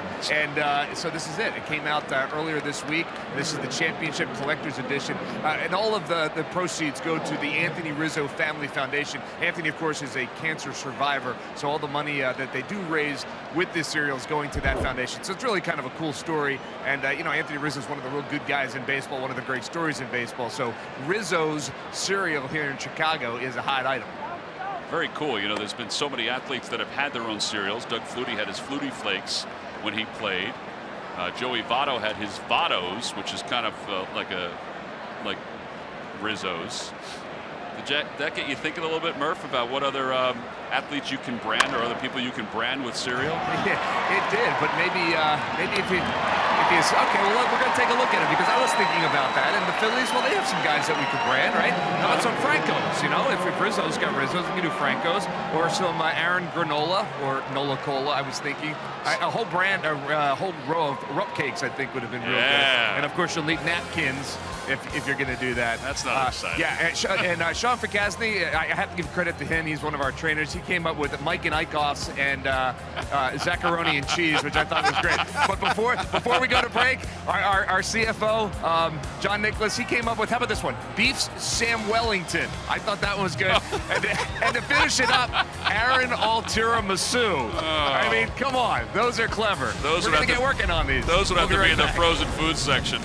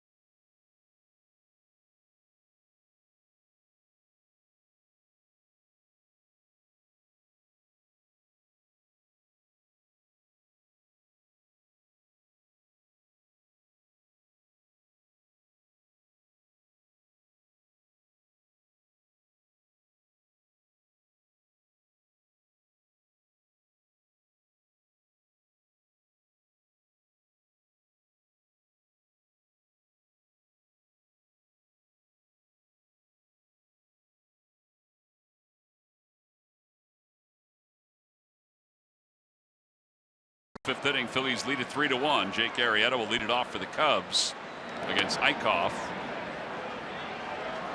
Jared needs as quick an inning as Arrieta had while Murph was going over the cereal products that are being sold here in Chicago. 0-2. Murph, have you tasted the Rizzo's, by the way? I have not tasted the Rizzo's yet, but I didn't have any milk, so oh, there's Beef Sam Wellington right there. There he is. I'm telling you, we're going to make millions of dollars for our guys. Why not? I don't know if anybody eats Beef Wellington anymore. Yeah, we had a lot of fun trying to put those products together today. It became a big thing in the dugout.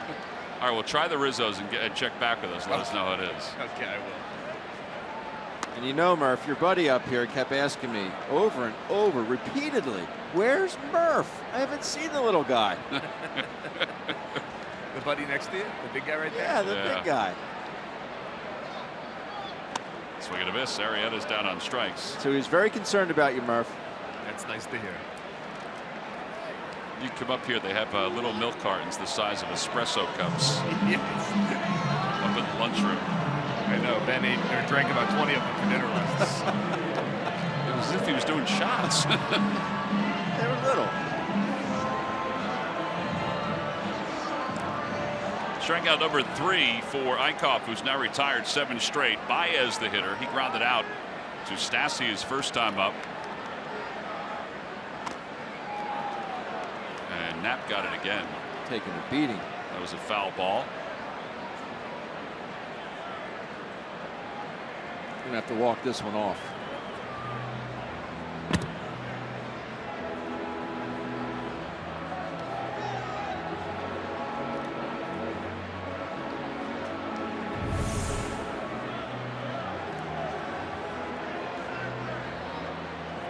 Right off the knee. Inside of the knee. Another misdirected ball.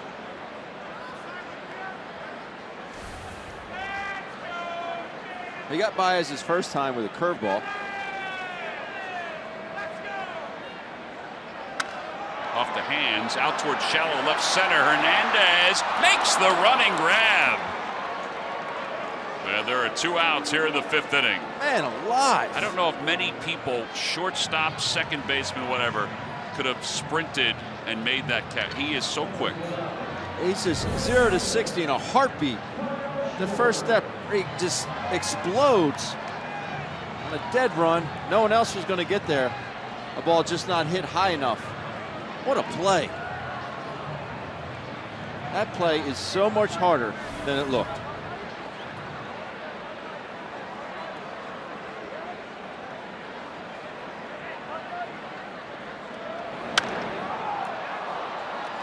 High fly ball foul down the right field line.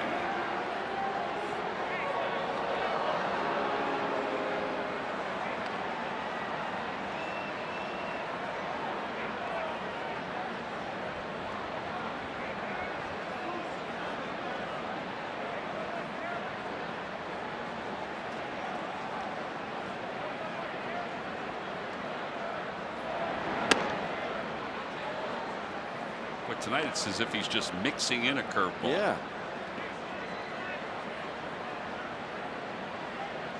The numbers coming into tonight for this year, just about 50% fastball, 30% curveballs. It's way down this evening.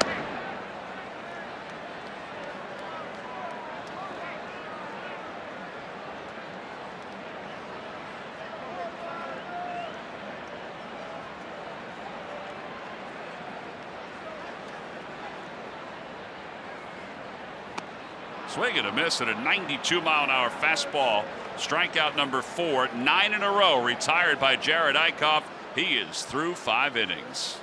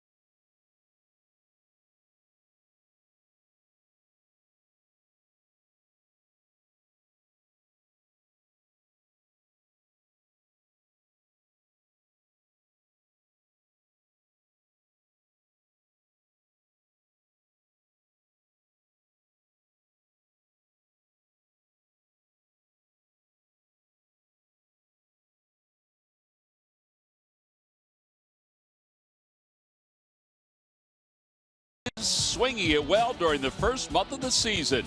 Cesar finished 2016 just under 300 in batting average and has started this season with that same consistency. At the top of the lineup, he's always finding a way to get on base. Plus, increased power in his bat is giving the Phillies offense that extra lift. Hernandez has 10 multi-hit games in the first 18 of the season. a feat done only 6 times in franchise history.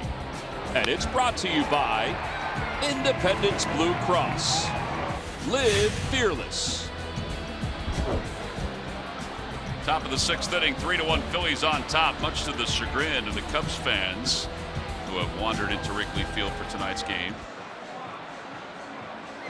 Maikel Franco will lead it off. He's 2 for 2 with 2 runs scored. He has an RBI.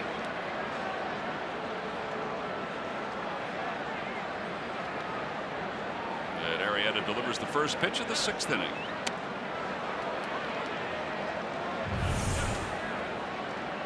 This is where things start getting weird. It's kind of Fredsky.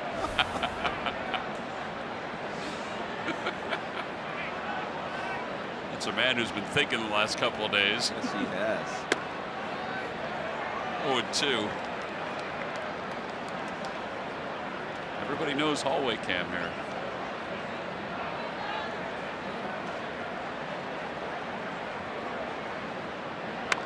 That one's punched over toward first, over the head of Mickey Morandini. Foul.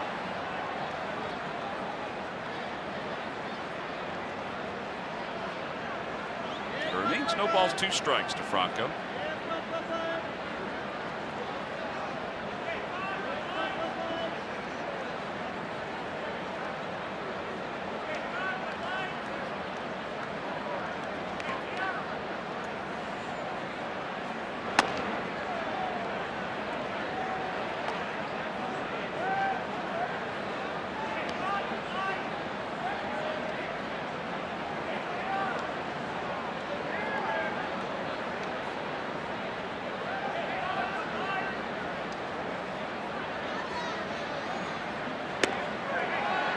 Strike 3 called. That was a pitcher's pitch. Franco can't believe it. That's 6 strikeouts for Arrieta. And 1 out here in the 6th inning. Time now for our Citizens Bank minor league report. Citizens Bank, the official bank of the Phillies. Visit citizensbank.com. Well, Reading defeated New Hampshire earlier today. Kyle Martin hit a home run out of the stadium. It was well over 400 feet. A 3-run shot, his 5th of the year. Clearwater defeated Jupiter 4-3 in 11. And Lakewood defeated Charleston. Fly ball to shallow right center. Baez. And there are 2 outs. Martin's playing first base in Reading. He was from South Carolina, where he helped the Gamecocks go to the College World Series. I was at his tryout at Citizens Bank Park, and he was killing baseballs.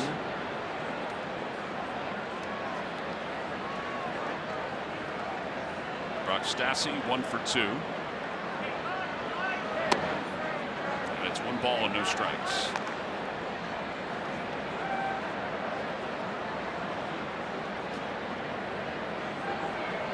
Hey, be silent here. We want you right here.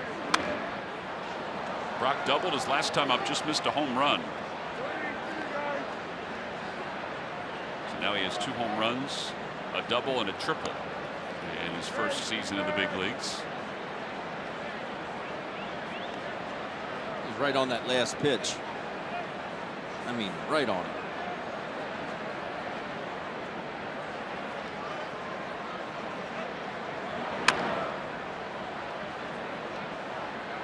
Good change up there by Arrieta. He only throws 8% of the time. I had a pitch like that, I'd be using a lot more. I mean, that had some good late life on it. Speed was good.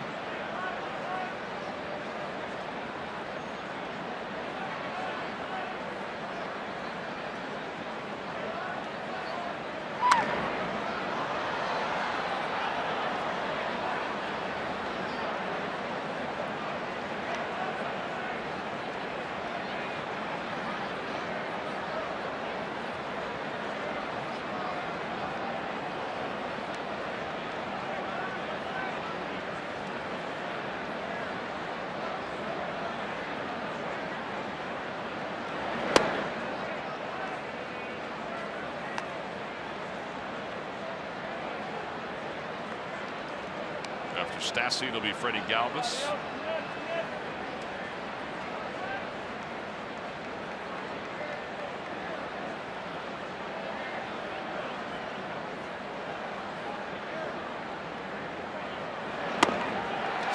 contest, and Stassi strikes out. 7 strikeouts for Arrieta.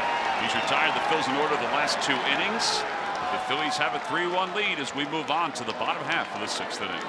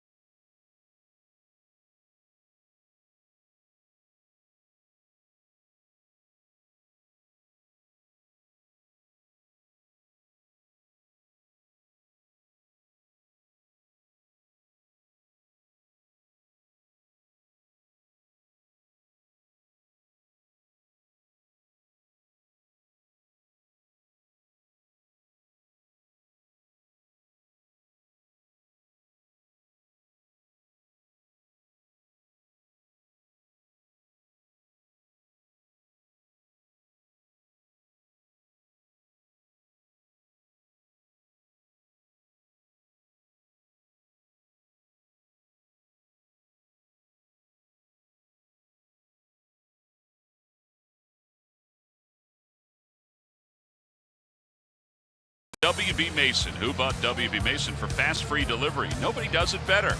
And by Toyota. Find your favorite model today. Toyota. Let's go places. Phillies have one more day left in Chicago. Finally a day game tomorrow. Although there's supposed to be some rain in the area. Hopefully it will not deter the start of the game.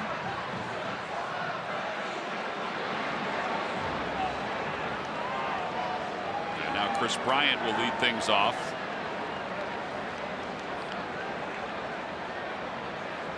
Bryant's 1 for 2. And a curveball, 0-1.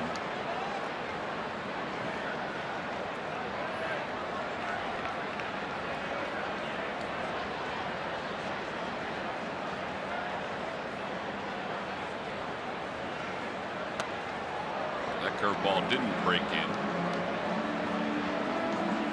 Time the Phillies pitchers retire, the opposition 1-2-3. Comcast will make a contribution to Phillies charities. Phillies baseball is brought to you by Xfinity. Xfinity X1 will change the way you experience TV. 1-2.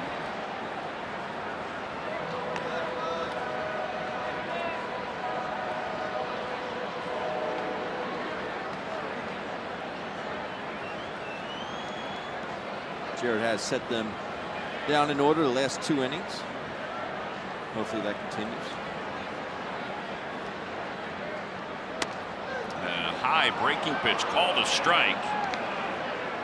And Chris Bryant is down looking. 5 strikeouts for Jared Eichhoff. Let's take a look where Pitchcast had it, presented by Mazda. That's a strike. That's what I'm talking about, Ben. Yeah. Well in the zone. But last night, that pitch was not called a strike. Correct. It was just the style of Toby Baster. 3 curveballs to Bryant that at bat. Actually doubled up, which I believe the first time he's done that in this game. He's retired 10 straight. And Rizzo takes inside.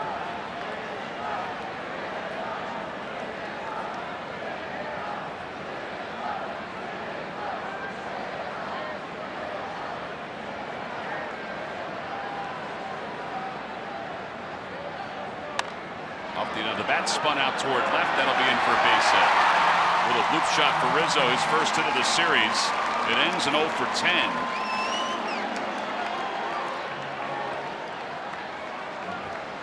Yeah, that brings Ben Zobrist up.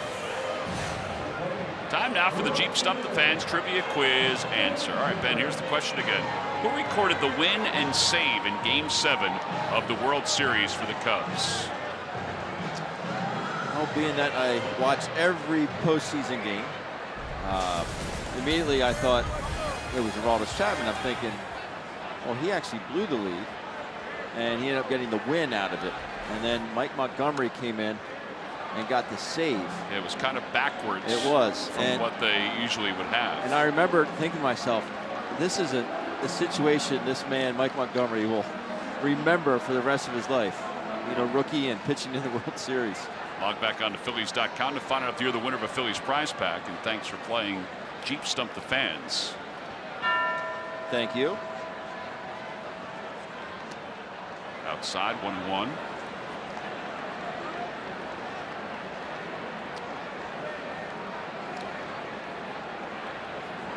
There were some weird moves made in that Game 7. Yes, there were. And Chapman had nothing left. He was gassed.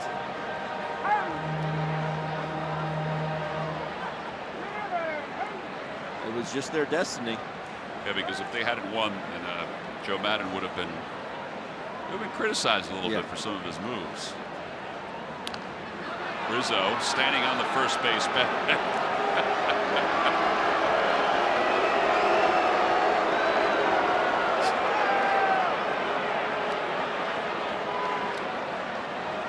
I guess the fans didn't find it as funny as everybody else. Yes, not. Outside. 3-1.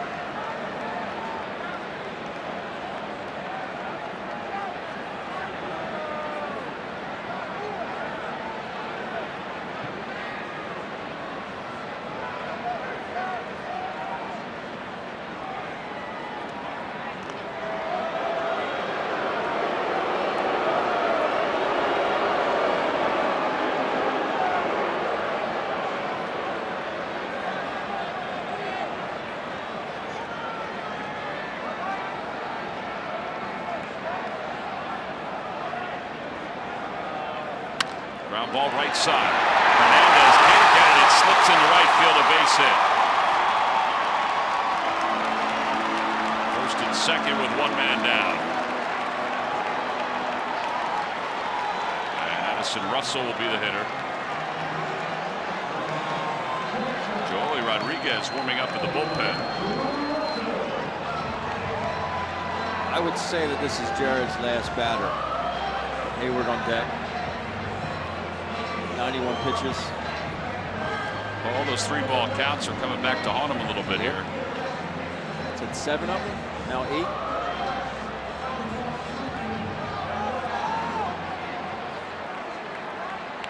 It is 8.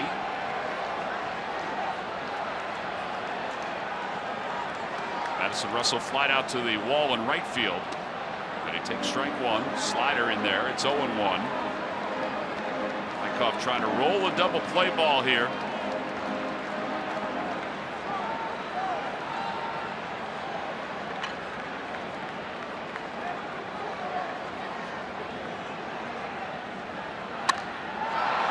Out towards shallow left. Galvis backpedaling under it. Infield fly roll has been called. And there are 2 outs. All 3 umpires put their hands up At the same time. Yeah. Like, all right, ready, 1, 2, 3, go. You know what I've read that they wait for is that the infielder is under it, camped under it. And once they saw Galvis was camped under it, they can call it even though it's on the outfield grass. Watch all 3 umpires. And they go up. It's like a domino effect. Yeah.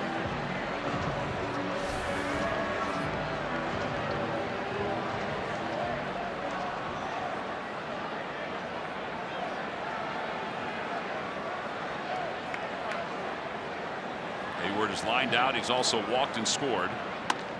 And he takes inside, 1-0.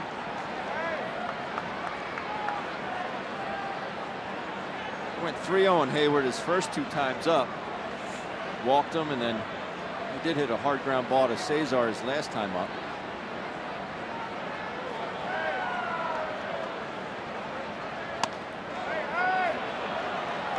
Does take a lot of pitches. Yeah.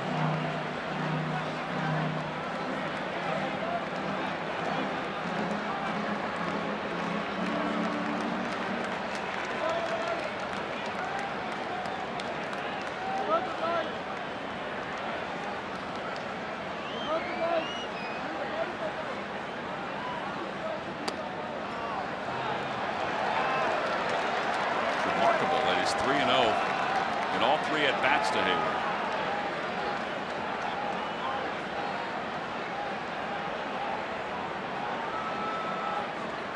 Rizzo at second base and Zobrist at first.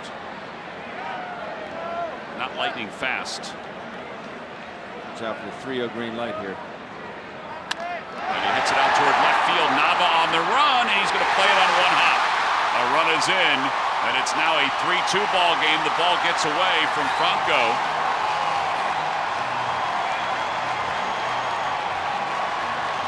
An RBI single. And Miguel Montero is coming up. Probably ball 4.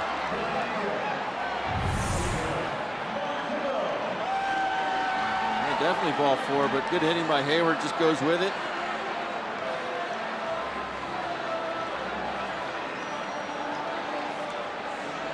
Smart play by Daniel. He dives for that, and it gets by him.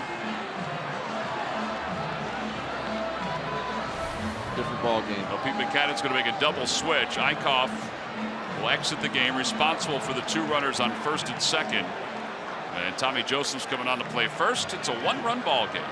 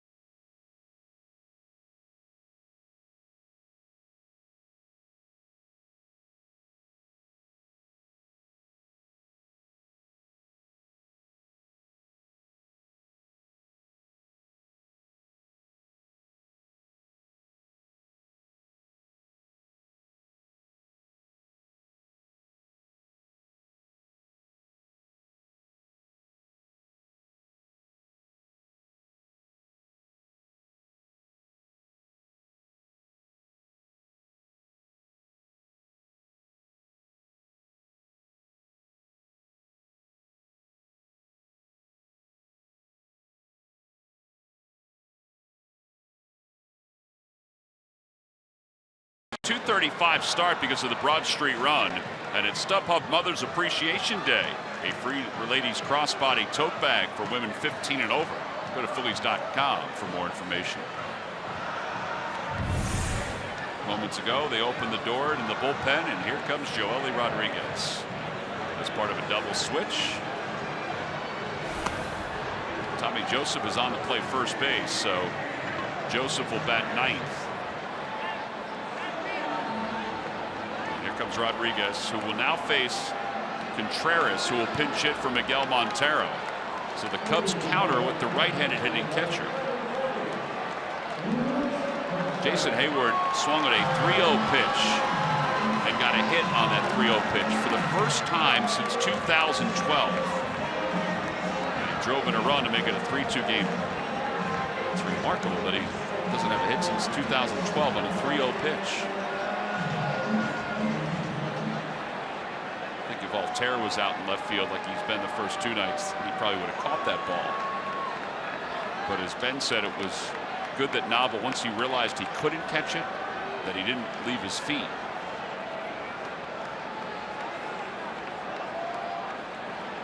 So now Contreras got a fastball in there, 0-1.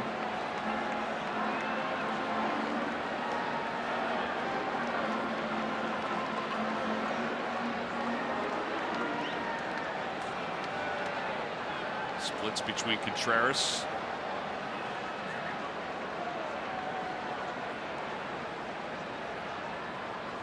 and off the glove of Knapp, and the runners will move up. It'll be a pass ball.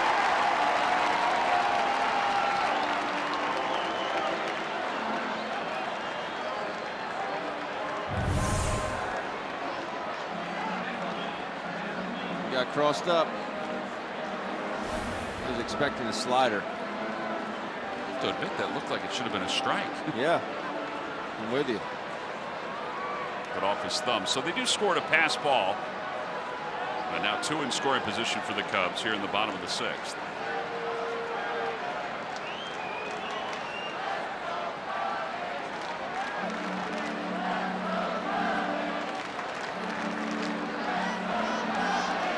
Bob McClure now out to the mound to talk to Joely Rodriguez.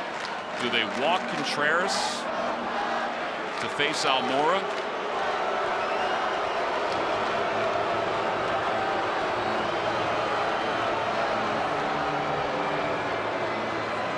The other part that Bob's coming out for is to make sure that the signs are correct and everybody understands them. You see Freddie Galvis is involved too in the conversation. That's the tough cross-up. When you're expecting soft and you get a fastball, you can't make that adjustment. But when you're expecting hard and they throw it soft, then you'd be able to recognize it a little bit easier. Well, you're sitting soft and you get that hard fastball, especially one as hard as Joely's. You just can't react that fast.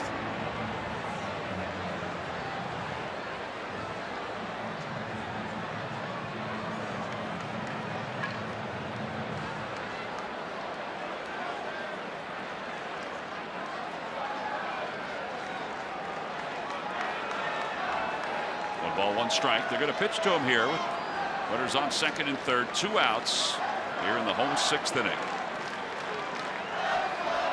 Albert Almora is in the on-deck circle to pinch hit for Arrieta. And a line drive down the left field line. That'll be in for a base hit, and the Cubs are going to take the lead. Zobrist scores, Hayward scores, pinch hit RBI double, and it's 4-3 Chicago.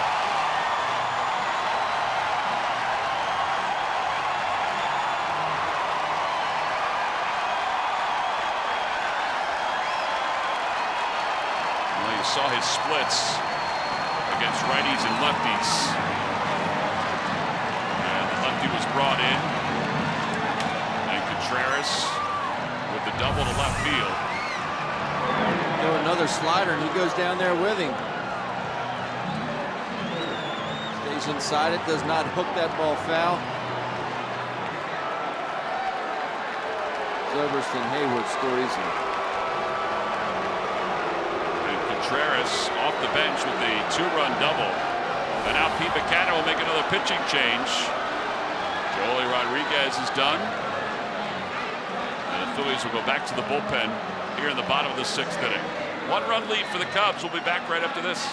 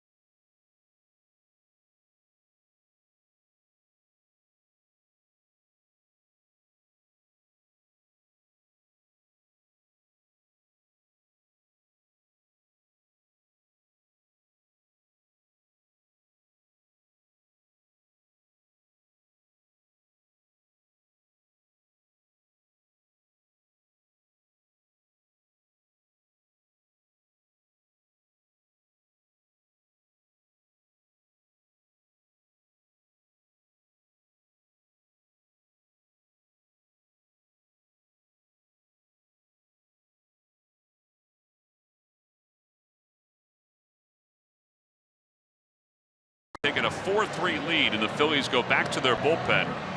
Ramos is on for the 12th time this year.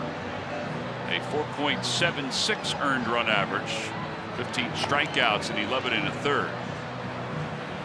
Then he will face Matt Caesar, who will pinch hit. Phillies led it 2-0 and 3-1, and now they trail at 4-3. So Arrieta is done, but he leaves now on the winning side of this game.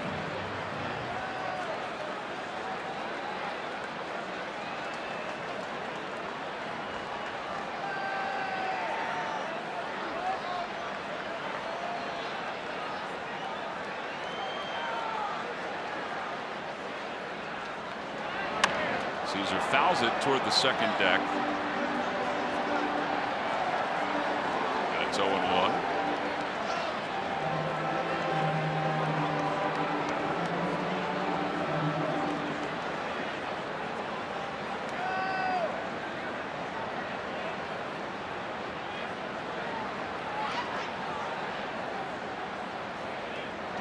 He bunts at it and takes inside. Phillies, when they come up in the 7th inning, it'll be Freddie Galvis, Andrew Knapp, and Tommy Joseph. And Ramos trying to keep this at a 1-run deficit.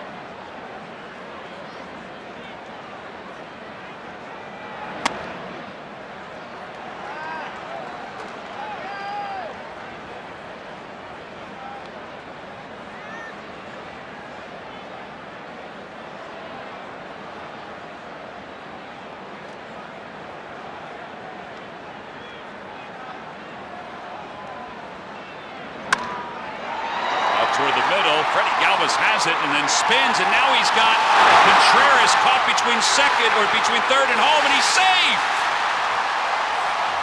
The ball hit the mound on the throw by Galvis, and it popped high in the air, and that allowed Contreras, who just kept on going around third, to score, and it's 5-3 Chicago. He just assumed the ball was going to get through the infield. Heck of a stab here by Freddie Galvis just to get to it. I just wish he would have gotten rid of it a little sooner. I think he tried to skip it there, but unfortunately it hits the mound and kicks up high in the air. See, Contreras doesn't even stop. He's thinking, no way Freddie gets there. Heck of a slide, too, by Contreras. He just waits and waits and waits, and then just decides to uncork it. It would have been there in time, plenty of time, but it fortunately hits the mound. Kicks up high in the air. So a 4-run inning for the Cubs. It's 5-3. And Javier Baez will be the batter. Baez is 0 for 2. He's grounded out and he's popped out to second base.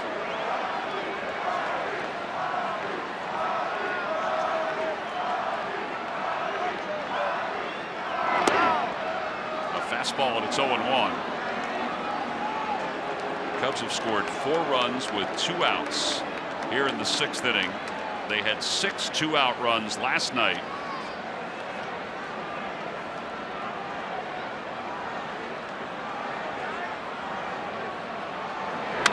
Mullins pulled through the hole on the left side.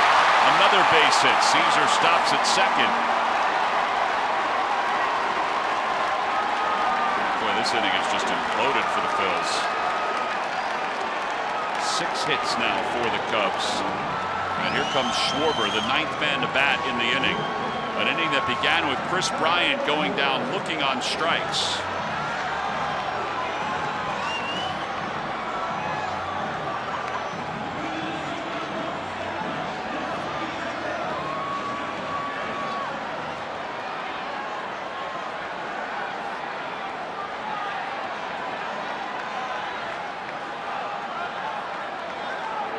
Schwarber struck out twice tonight. He's also walked. He walked in the 3rd.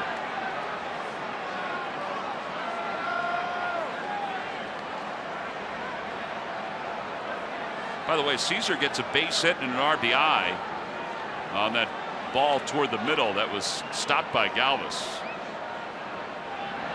And that one goes right on by Knapp and runs up the third base line. And that'll be a wild pitch.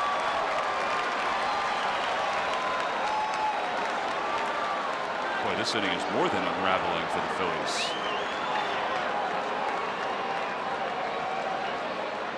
Did he get crossed up again? No, he just yanked it. Did Ramos.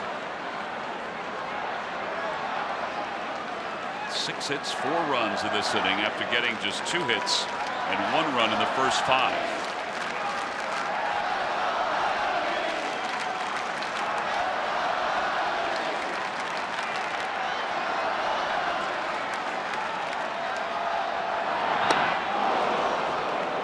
Bottom dropped out of that one, and it's 2 balls and 1 strike.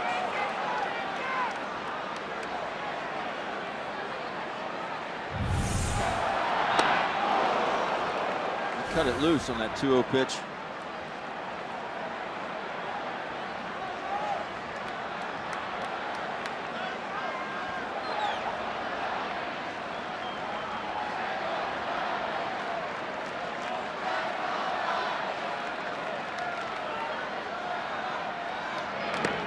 Check swing. In the dirt, they appeal. No swing. And it's 3-1.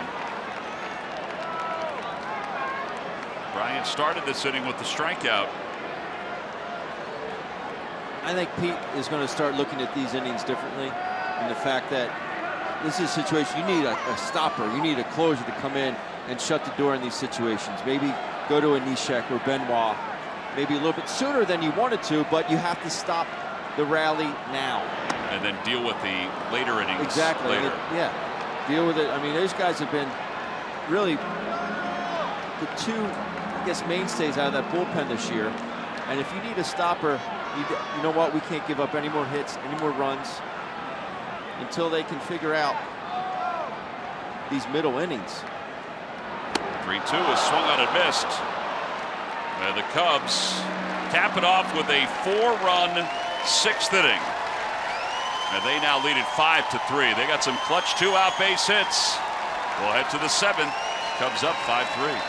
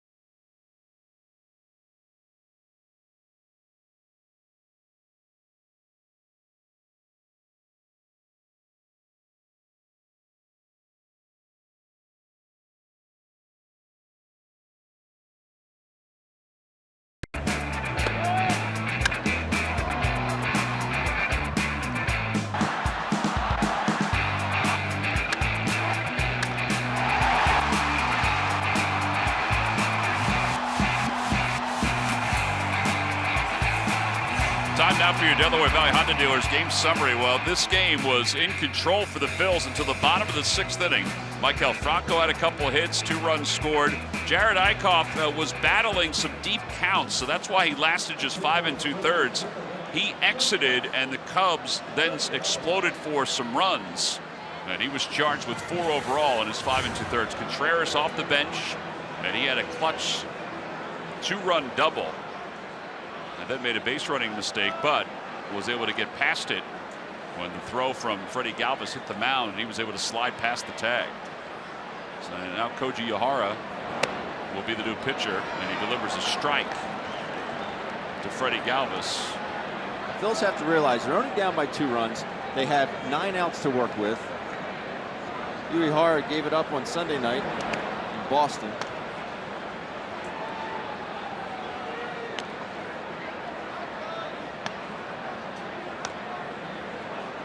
Actually did not even record an out. 0-2 with a 3.72 ERA. This is his 13th game. He's gone from Baltimore to Texas to Boston, where he was an all-star, now 42 years old. Galvis out to right field. It's not deep. Zobrist there. 1 out. Arrieta, by the way, 6 innings tonight, retired the last 7 batters that he faced.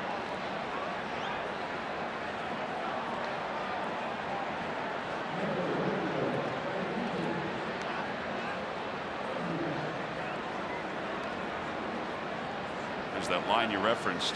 No outs, 3 runs, 3 hits. I remember watching that game and thinking, Madden's got to go get him, and he did.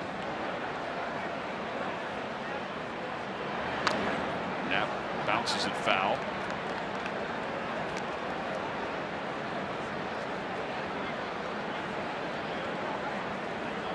Knapp had an infield hit his last time up, and he struck out.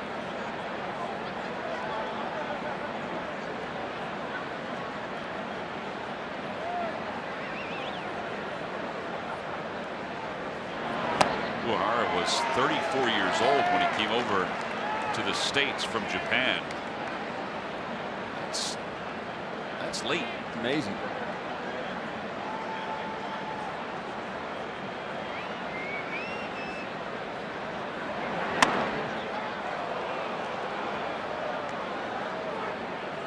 Cubs bullpen this year, first in ERA and first in opponent's batting average in the National League and second overall.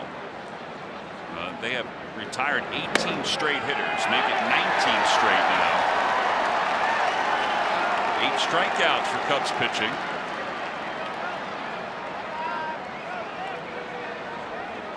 Knapp looking for that splitter. Gets frozen inside. That's now 100 strikeouts for the Cubs bullpen this year.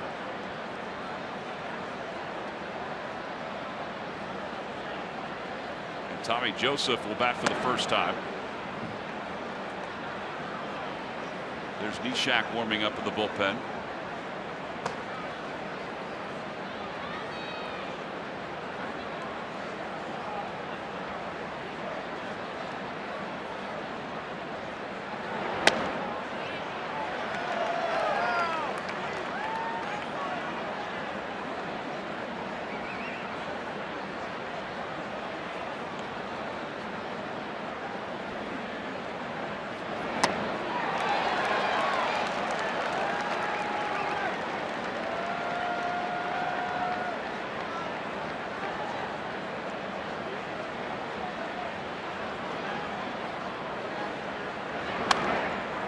Tommy hits it back over the screen and into the seats.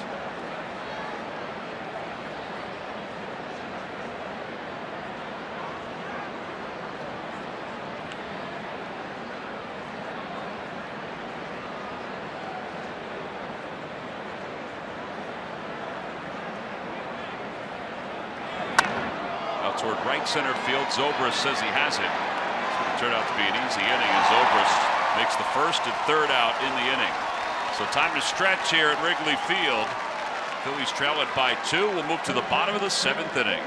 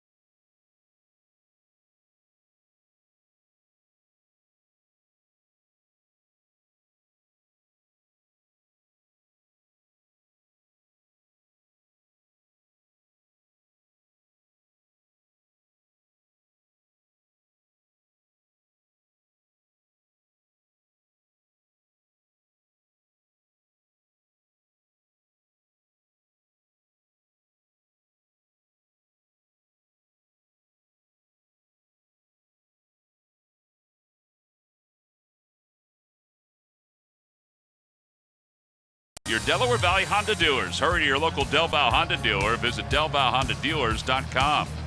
And by McDonald's. Now McDonald's, an ice cold delicious soft drink is only $1.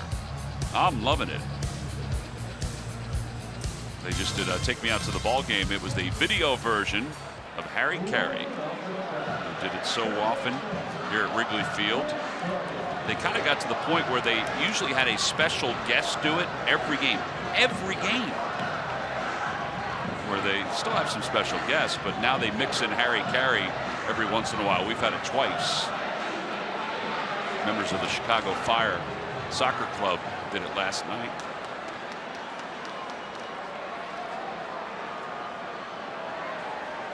Chris Bryant will lead off against Pat Neshek. And Neshek delivers a strike.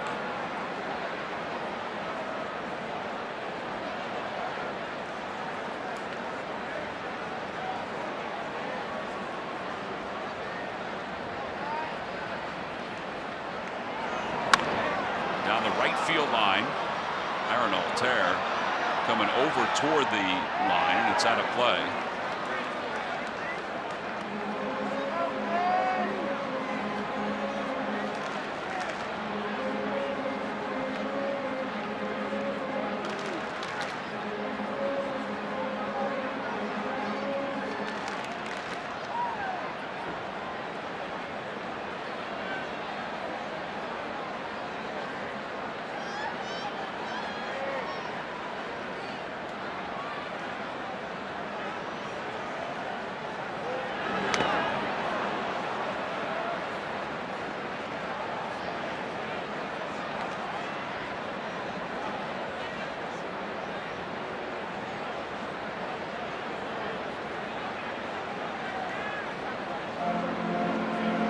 Balls, 2 strikes to Bryant.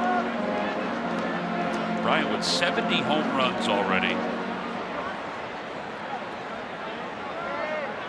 Came into today's ball game second to Justin Turner with 10 doubles. And he's fouled these last 2 pitches off and in and out of the glove of Knapp.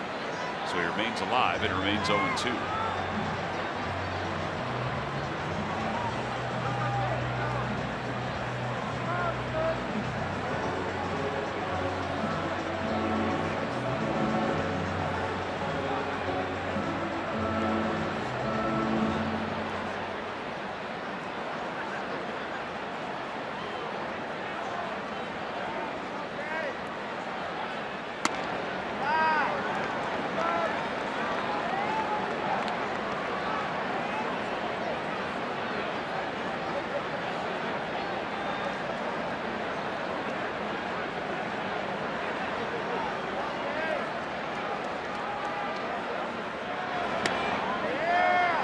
Pitches outside.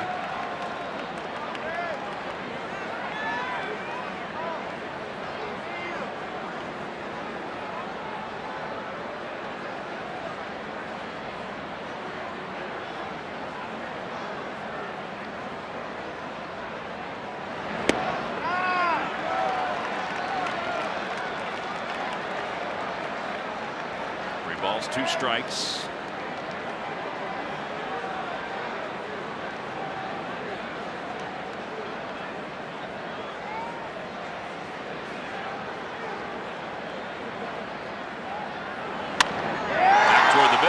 Base hit for Bryant. So his second hit. They're really good at bat. After falling behind, no balls and 2 strikes. Anthony Rizzo's coming up. Let's check in with Greg Murphy. All right, Tom, thank you. Time for our unlimited baseball break presented by T-Mobile. And we're talking about the long ball today. First up, the Yankees young slugger Aaron Judge. He hit number 13 of the season today. The youngest player in Major League Baseball history to have 13 home runs after just 26 games. He also is leading baseball with those 13 home runs as well. Another Yankee had a milestone home run today. It is Matt Holliday. Came in the first inning, a 3-run shot, number 300 in his career. He's having quite a season. Earlier this year, he got his 2,000th hit. So 2,000 hits, 300 home runs from Matt Holliday. But one more home run to tell you about, and that off the bat of an old friend, Ryan Howard, playing for the AAA team for the Atlanta Braves, the Gwinnett Braves. Hit his first home run as a Gwinnett Brave tonight. That one came early in that game as well. So Ryan Howard going yard for the Gwinnett Braves. And one other member of that 2018 we'll mention, Cole Hamels, on the DL with an oblique strain. 8 weeks they expect him to be out. Yeah, yesterday when they scratched him, they said it was precaution to scratch him, but 8 weeks. Must be a good tear in there. Wow. No balls, 2 strikes to Rizzo. And Rizzo fouls it away. It remains 0-2.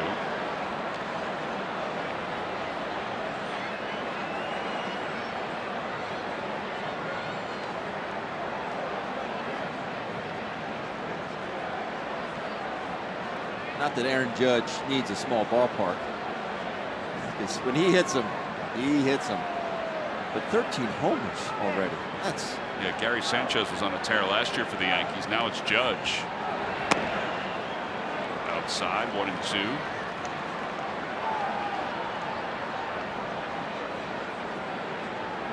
I don't even think the Yankees saw that coming out of Aaron Judge. I think they hoped it. They hoped it. He's not swinging and missing as much.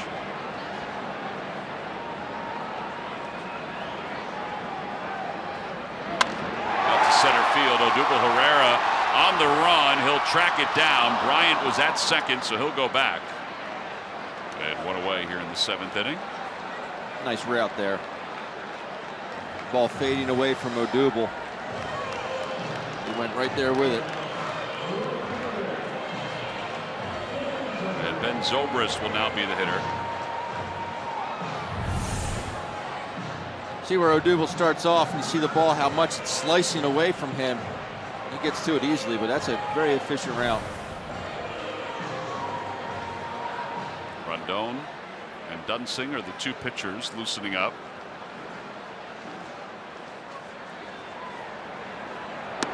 And Zobrist takes way inside, 1-0. Pat Neshek was part of the World Baseball Classic team that won the gold medal for the United States. He had a huge impact as a setup man for that team. He also was the brains behind the American Eagle mascot, the good luck charm that the team had with it everywhere it went. Well, he sent out on Twitter the other day that they are going to auction off that good luck charm American Eagle mascot, signed by 28 of the players that were part of the World Baseball Classic, including Buster Posey and Stanton. Aaron Altair may run out of room here.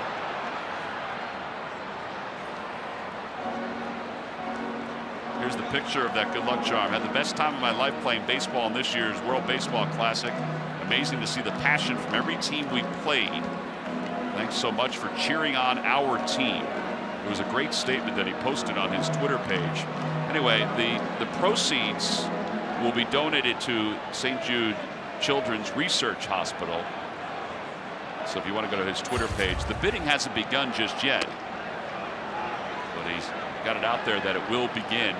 It's pretty cool. Making sure that he emphasized, and the signatures are all along the bottom, under the eagle.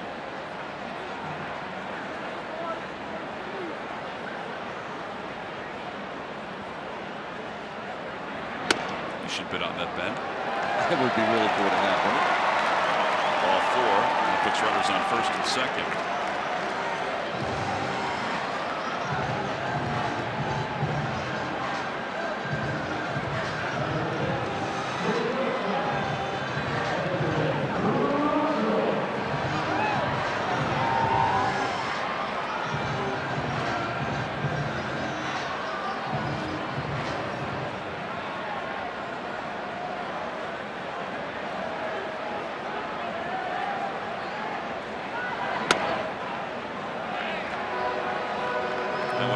Just a bit outside to Addison Russell. Russell is 0 for 3 in tonight's game. Phillies have to get through this, not feel sorry for themselves. They have 2 more at bats to try to get some runs. How about all the leads they've had, even on this road trip? Yeah. You know, They lost all 3 to the Dodgers. They're 1-4 on the trip. But it's not because they haven't had leads. They just haven't been able to hold those leads. And some are slight.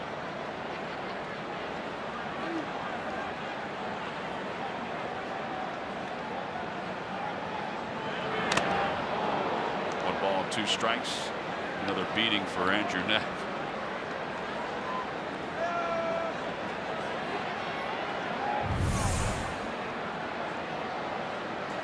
Right off the coconut.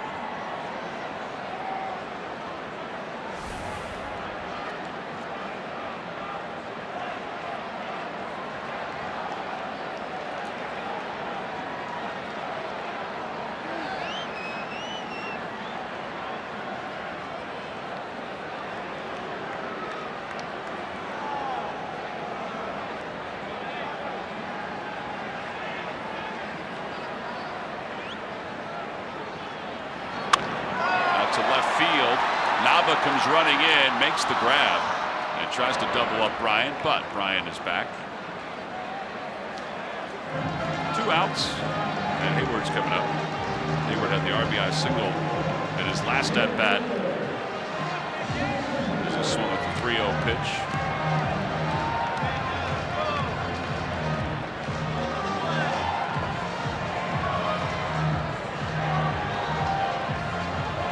.266 with 3 home runs, 17 runs batted in.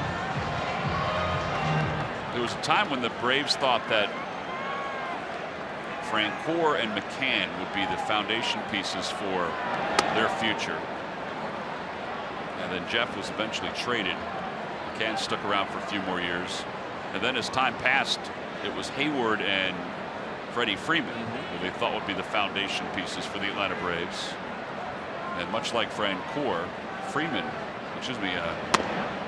Hayward was traded away. Probably as much hype for a player making his big league debut than we've heard about in years. Like Chipper Jones was saying, this guy's a can't miss guy. He's got all the tools.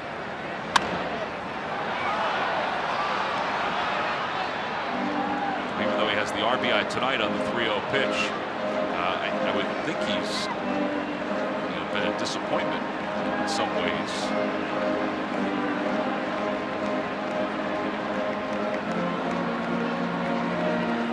Ball, 2 strikes.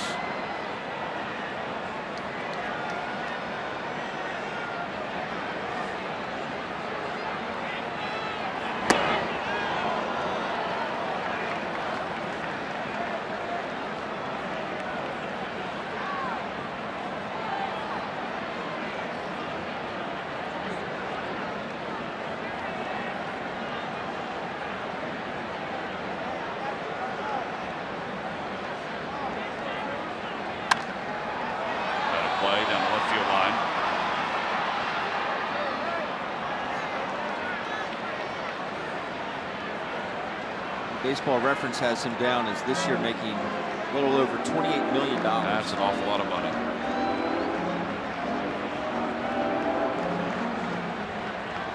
Cubs still owe $134.2 million of that contract. Whew. That's a lot of cash. Before and even after taxes. Outside 3-2.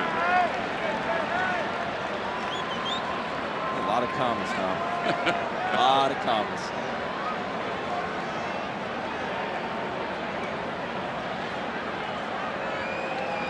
Runners lead off first and second. 2 men down here in the bottom of the 7th inning. Runners go. Pitch is chopped back over the mound. Galvis behind the bag has to hurry and does in time to get Hayward. No runs, 1 hit, 2 men left for the Cubs. 7 down in the books. Now to the 8th inning. And the Phillies in search of some offense.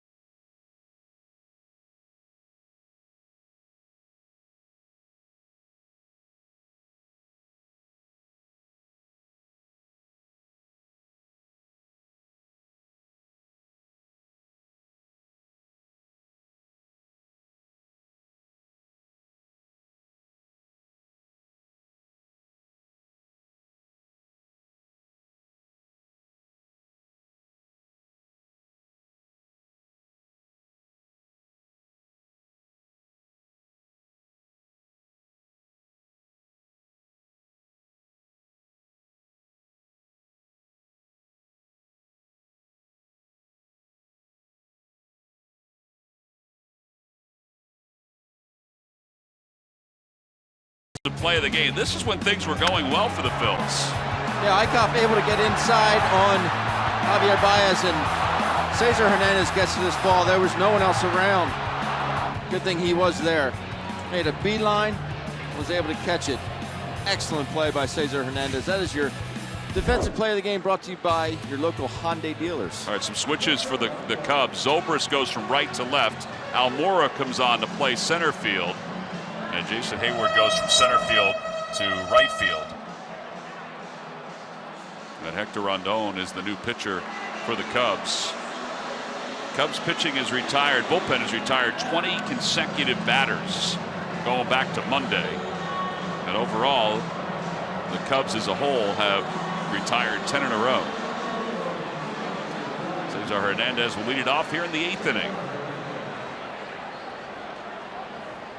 That young guy wasn't dancing around with so much energy a couple innings ago. Then the Cubs scored some runs. He had some chocolate, and he was happy as any kid would be. Cesar takes a strike, 0-1.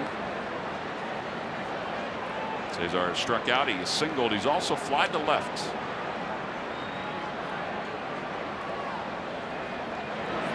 Ground ball right off the knuckles. This is 4th time leading off today. 4th time leading off an inning.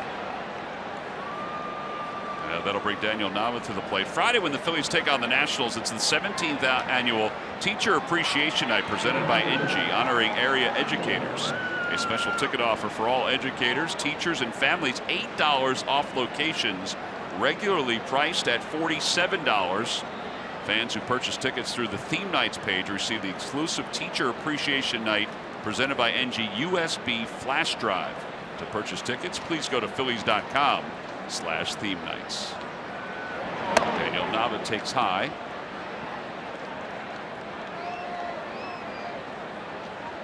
Nava's walked and scored. He's grounded out twice.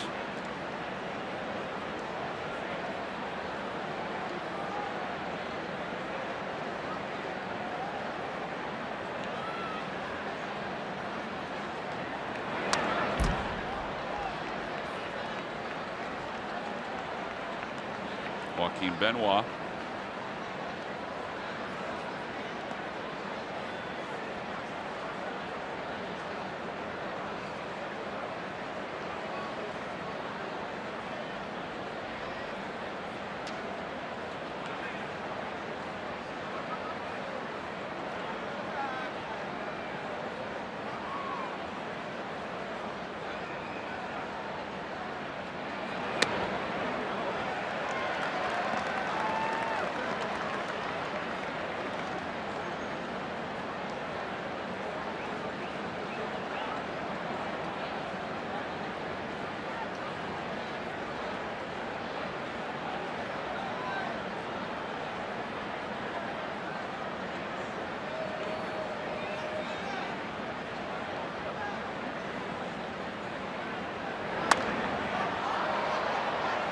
To go upstairs, and it remains 1-2. Tomorrow the Phils will wrap up the series. Zach Eflin will face John Lackey. Be nice if the Phils can pull this one out and win the series tomorrow afternoon. There's Zach. Will be on the air at 2 o'clock on CSN.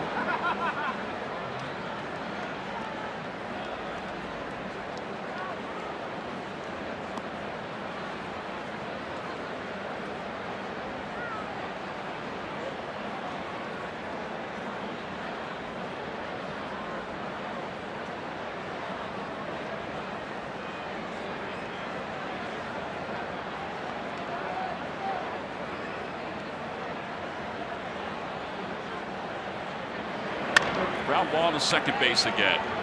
Rondon is just living inside. 22 consecutive hitters retired by the Cubs bullpen in this series.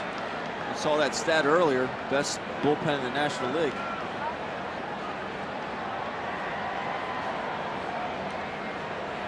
He has some good arms out there, but guys that just know how to pitch. Joe Madden 5 wins away from 1,000.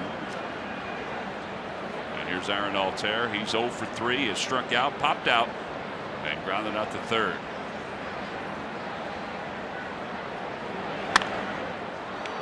Down the right field line at a play, 0-1.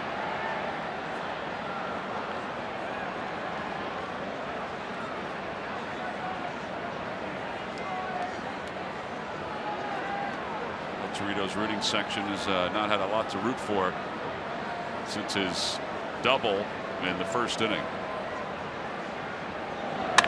There's a liner out toward left center field. Good swing by Altair, and that's going to go right to the wall. Played well by Almora, and his throw into second base not in time. And that's double number 7 for Aaron Altair. Boy, was that ball cooked out to Sure left was. center. All right, so that means the tying run is coming to the plate here in the 8th inning.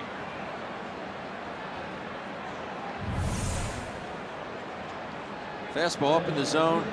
What I like about it, he went at it with his hands. He didn't lift up his body. He goes at it right with his hands. Wham!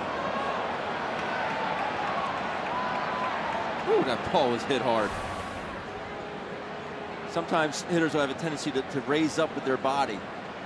He stayed on playing with his shoulders and just went at it with his hands.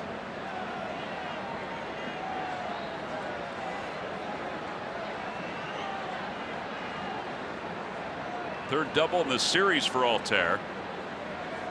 He now has 5 hits. Out toward right center field. Hayward on the run. Dives. He can't get it. Kicks off his glove. It'll be an RBI for Franco. And it's now a 5-4 ball game. Well, Franco with a 3-hit night. And it's his 2nd run batted in. That's his 2nd hit to right field, which you love to see out of him.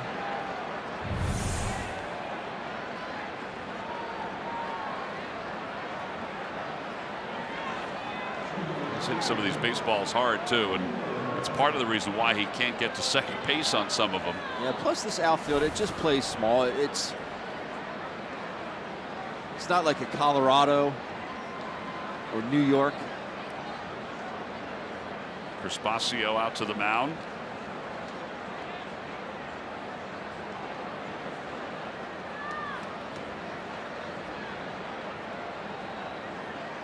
He's the only one doing the talking right now. Franco now 3 for 4. He had been 0 for his last 13 before the 3 hits tonight. So Basio will go back, and Odubel Herrera will be the batter.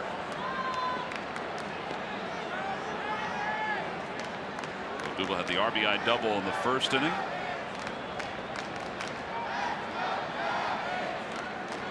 Andres Blanco is out of the on-deck circle. Pitcher spot is due up next.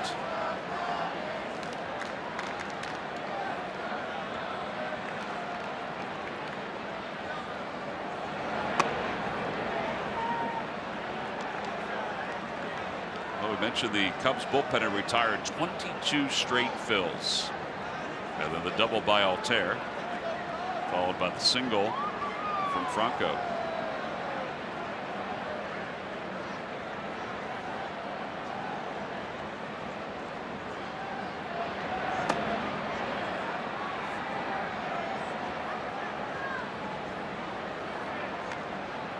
Pedro Strop.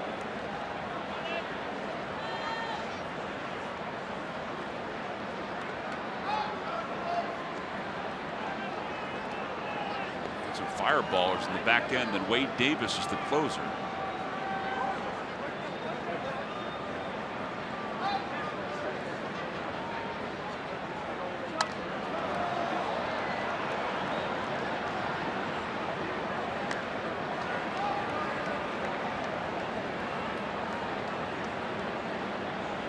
The Phillies come back and win this one, they will have earned it, that's for sure. Rondon, a lot of fastballs.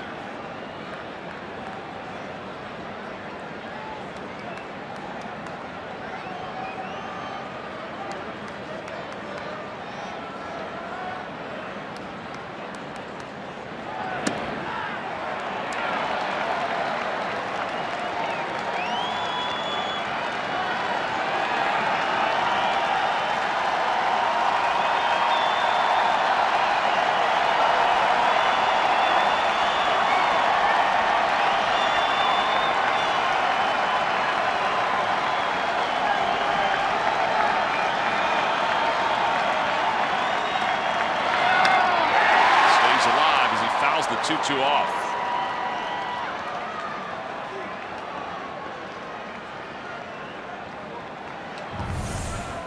Back to the 83-mile-an-hour slider.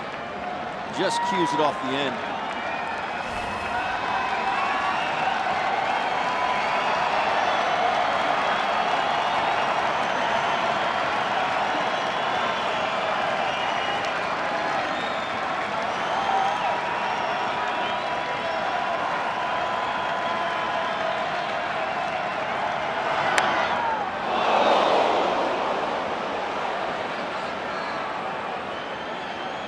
Ball was crushed into the crowd.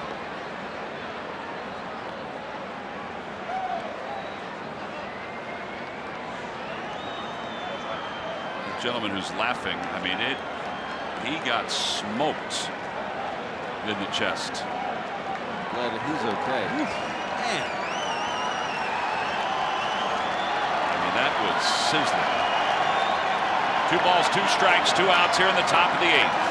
Bills are within 1, and the pitch coming to Odubel Herrera in the dirt, and Contreras will keep it around the home plate circle, but it's 3-2. So Franco can get off and running here. I think Rizzo's looking to see if he should play behind him or not.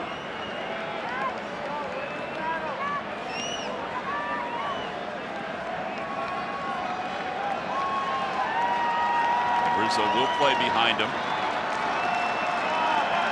Pretty hard to score Franco from first on a ball in the gap, but he's going to get a good jump.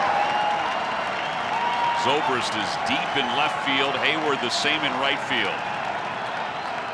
There goes Franco. Missed. Phillies do get a run on the RBI single by Maikel Franco. 5-4 Cubs as we head to the middle of the 8th inning.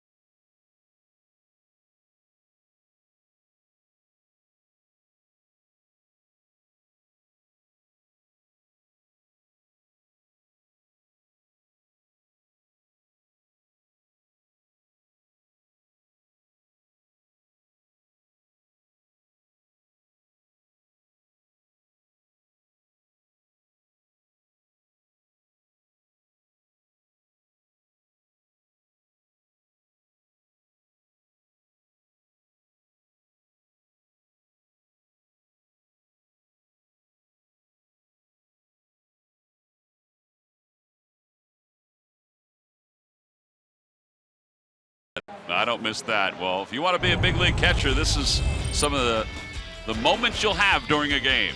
The trials and tribulations. I'm going to say that one hurt the most. Off the inner knee there.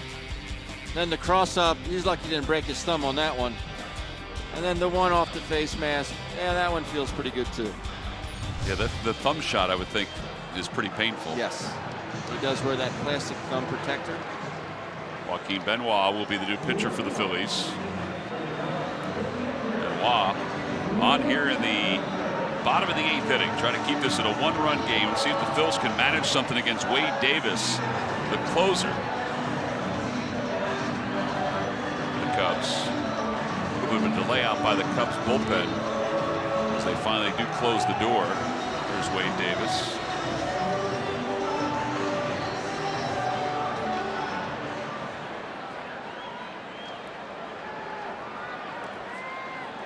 And Contreras, who had the 2-run pinch hit double in his only at bat, will bat for the second time. Takes a fastball, 0-1.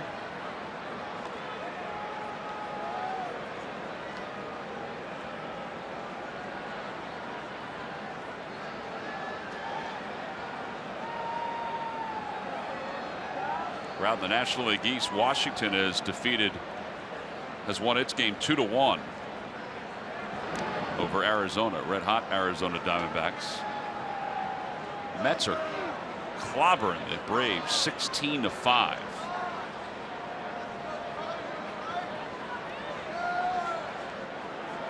And the Marlins edge the Tampa Bay Rays 10-6.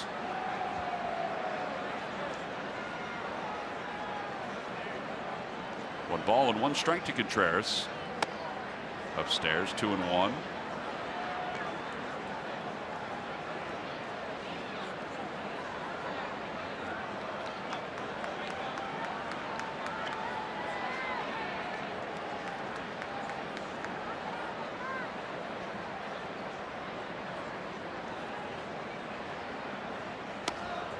Two and two. Benoit very consistent with his velocities this season. Fastballs 95, 96. It's a good changeup, which he's gotten a better feel for as the season has moved on. Slider as well.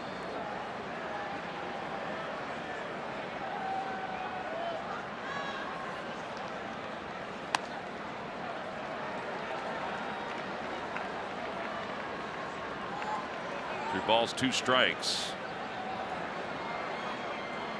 John Jay has come out in the on-deck circle to pinch hit.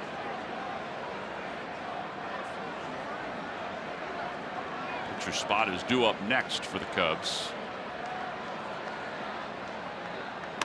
And ball four. So Contreras draws a walk. Leadoff batter is aboard. Coming up after the ball game is Phillies post-game live presented by Cure Auto Insurance. Guys will get you caught up on what's going on around the Phils. They had a 3-1 lead. They'll talk about Eichhoff not being able to get through the sixth inning. And plus the pinch hit 2-run double by Contreras. Again, that's all coming up on Phillies post-game live immediately after the game. I think Major League Baseball's happy that the Orioles are done with the Red Sox. Yes. In that series. They had another ejection today, not only of a fan who used a racial slur, but also of an Oriole pitcher who hit a Red Sox hitter, Xander Bogaerts, with a curveball. Out towards shortstop Galvis. From one knee, fires to second for one, over to first, not in time. Boy, that was a wonderful start to that forced play by Freddie Galvis. Actually surprised it was even that close. They may ask for a crew chief review on this one here in the eighth inning.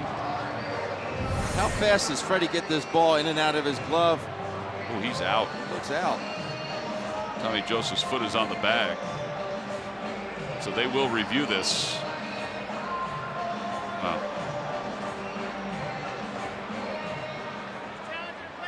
Marvin Hudson is asking which play they're challenging, the play at first or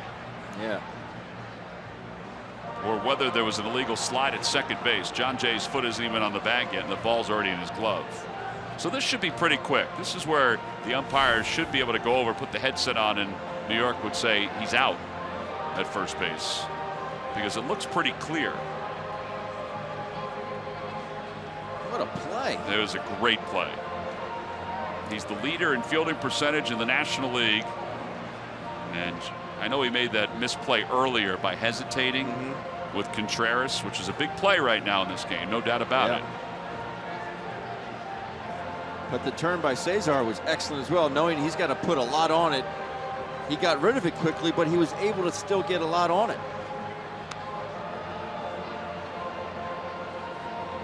All right, so here's Marvin Hudson off with the headphones, and he is out. So it is a 6-4-3 double play started by Freddie Galvis. Now that is our State Farm double play. He just saw it off the bat of John Jay. Freddie goes to one knee. To Cesar on the Tommy at first base. Excellent 6-4-3 double play. You're not going to see one any prettier than that. Pretty definitive with that shot right there. State Farm here to help Phillies fans do things right and help life go right. So now Baez 1 for 3 outside 1-0.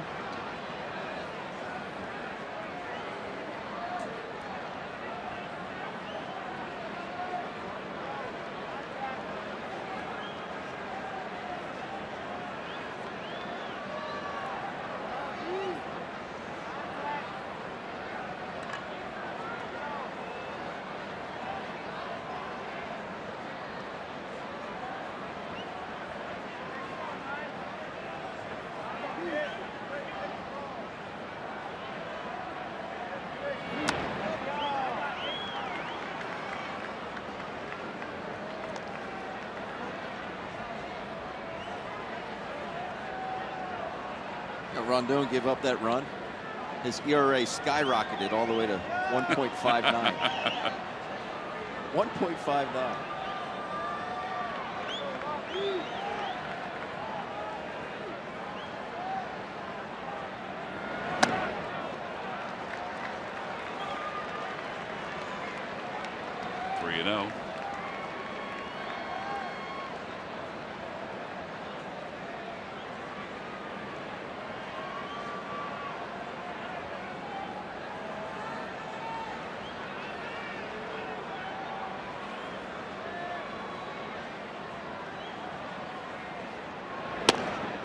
And ball 4. So Baez with the second walk issued by Benoit.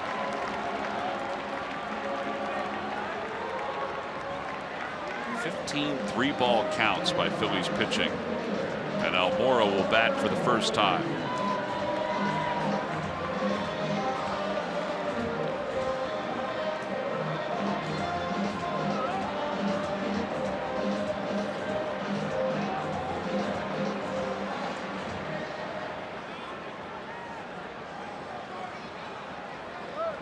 Almora hitting .286 with 2 home runs.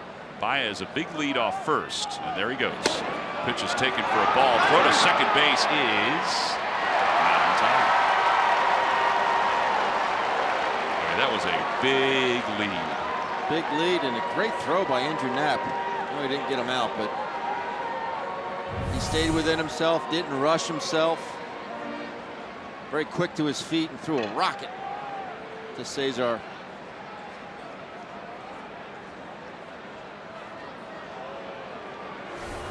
Even had time to look back.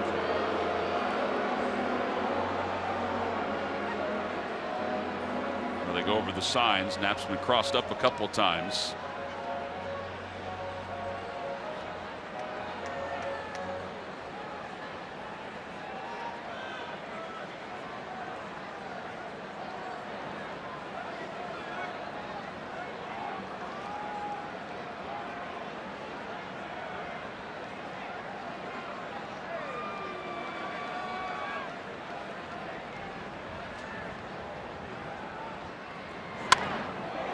Field line foul. Good ball, 1 strike to Almora. He's one of the former first-round picks out of Puerto Rico.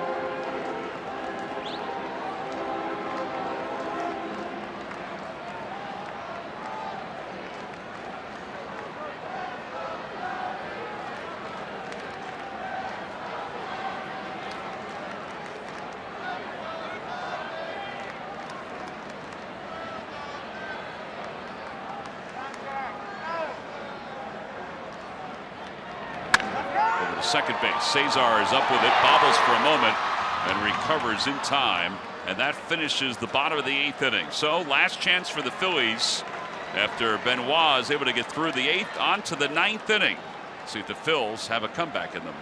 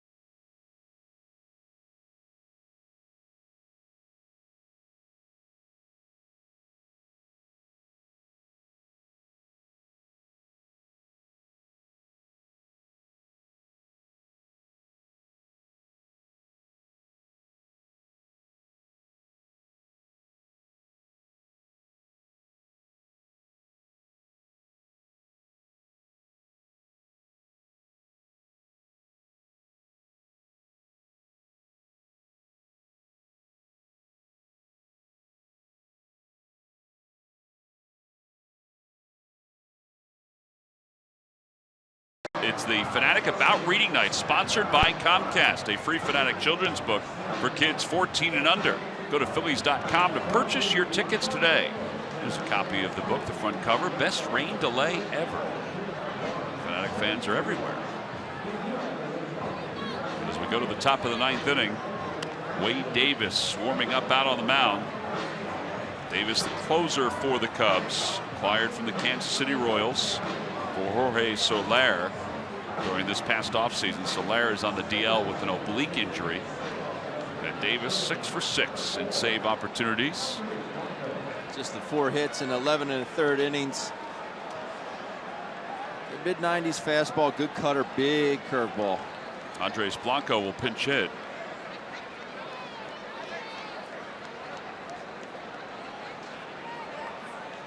Blanco hitting .231 this year.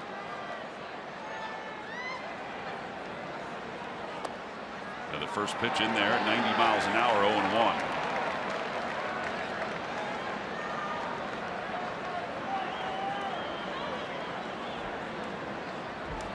Phillies led this game 2-0 and 3-1.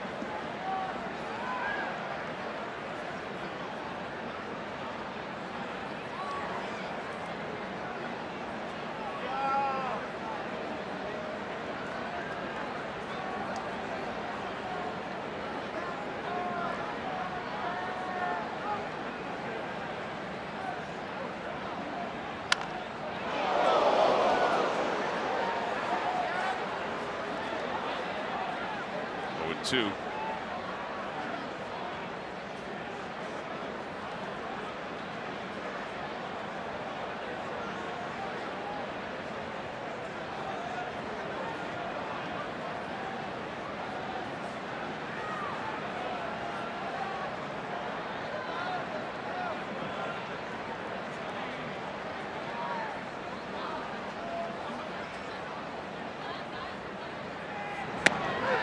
Strike 3 called on the outside part of the plate. Blanco down looking.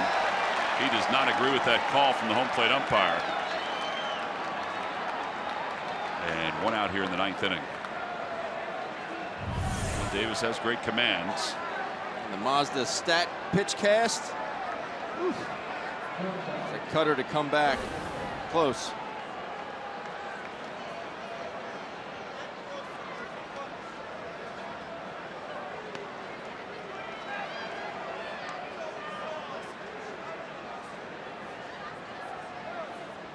Now Freddie Galvis, and Galvis takes a pitch low.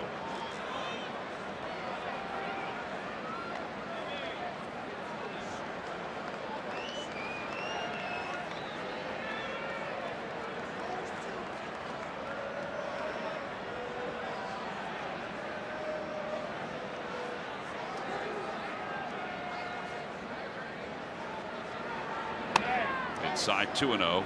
Wade Davis did not start pitching until his junior year of high school, and within 2 years was drafted by the Tampa Bay Rays.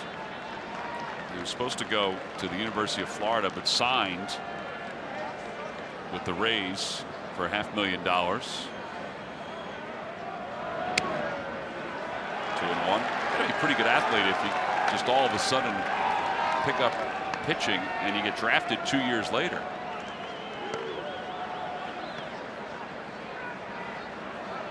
Coming up with the Padres, we had a guy like that, Matt Clement, who actually pitched for the Cubs, but he was a 3rd-round pick by the Padres, and he didn't start pitching, I think, his senior year. He was a big basketball prospect.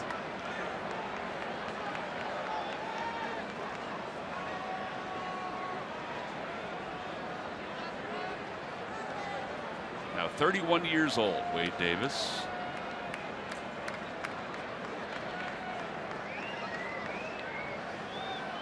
Balls, 1 strike to Freddie Galvis.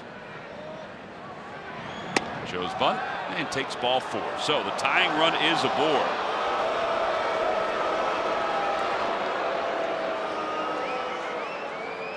Well, our W.B. Mason delivery of the game is how the Cubs took the lead in the 6th inning. Wilson Contreras off the bench. Slider down and in off Joely Rodriguez. That's how the Cubs went up 4-3 at the time. And on to add another run, but that is your W.B. Mason delivery of the game. Well, let's hope we have another W.B. Mason delivery of the game here with Andrew Knapp coming up.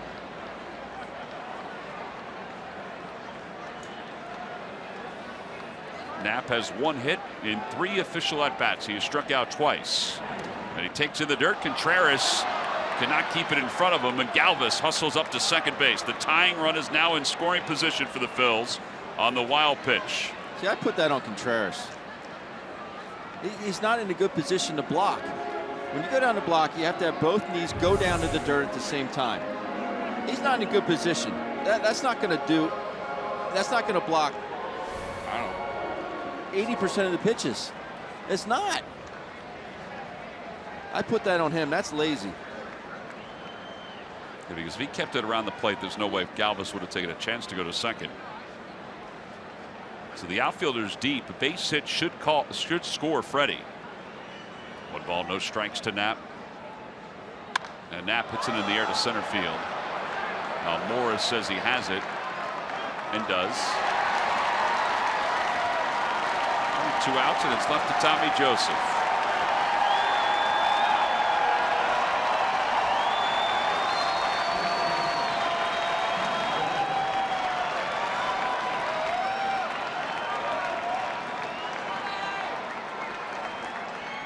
Tommy flied out his first time up, flied out to right field.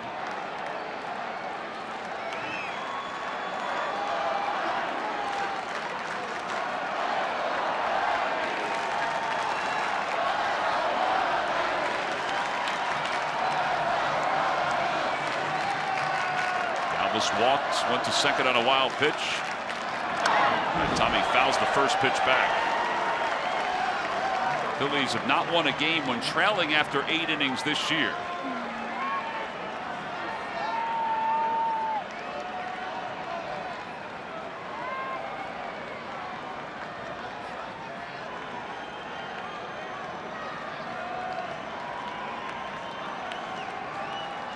No balls, 1 strike. Ooh, a late ball from the home plate umpire, Mike Esterbrook. Very late call. Ball's inside.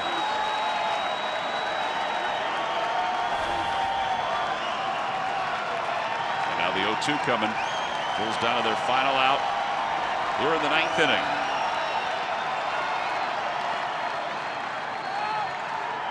And Tommy Joseph is down on strikes, and the Cubs come from behind and win Game 3 of this series 5-4. Wade Davis picks up his 7th save. And it is win number 15 on the year for the Chicago Cubs. Well, here's that final pitch again. Climbs the ladder with a good 4-seamer. Not a whole lot you're going to be able to do with that one. Contreras is our Chevrolet player of the game. A pinch hit 2-run double. He also walked and scored a run. Even though he probably should have been out of it. It was a big run because they won by 1, 5-4. Phillies players just lingering in the dugout. This is a tough one to swallow. They had the lead. They lose at 5-4. We'll be back to wrap it up right after this.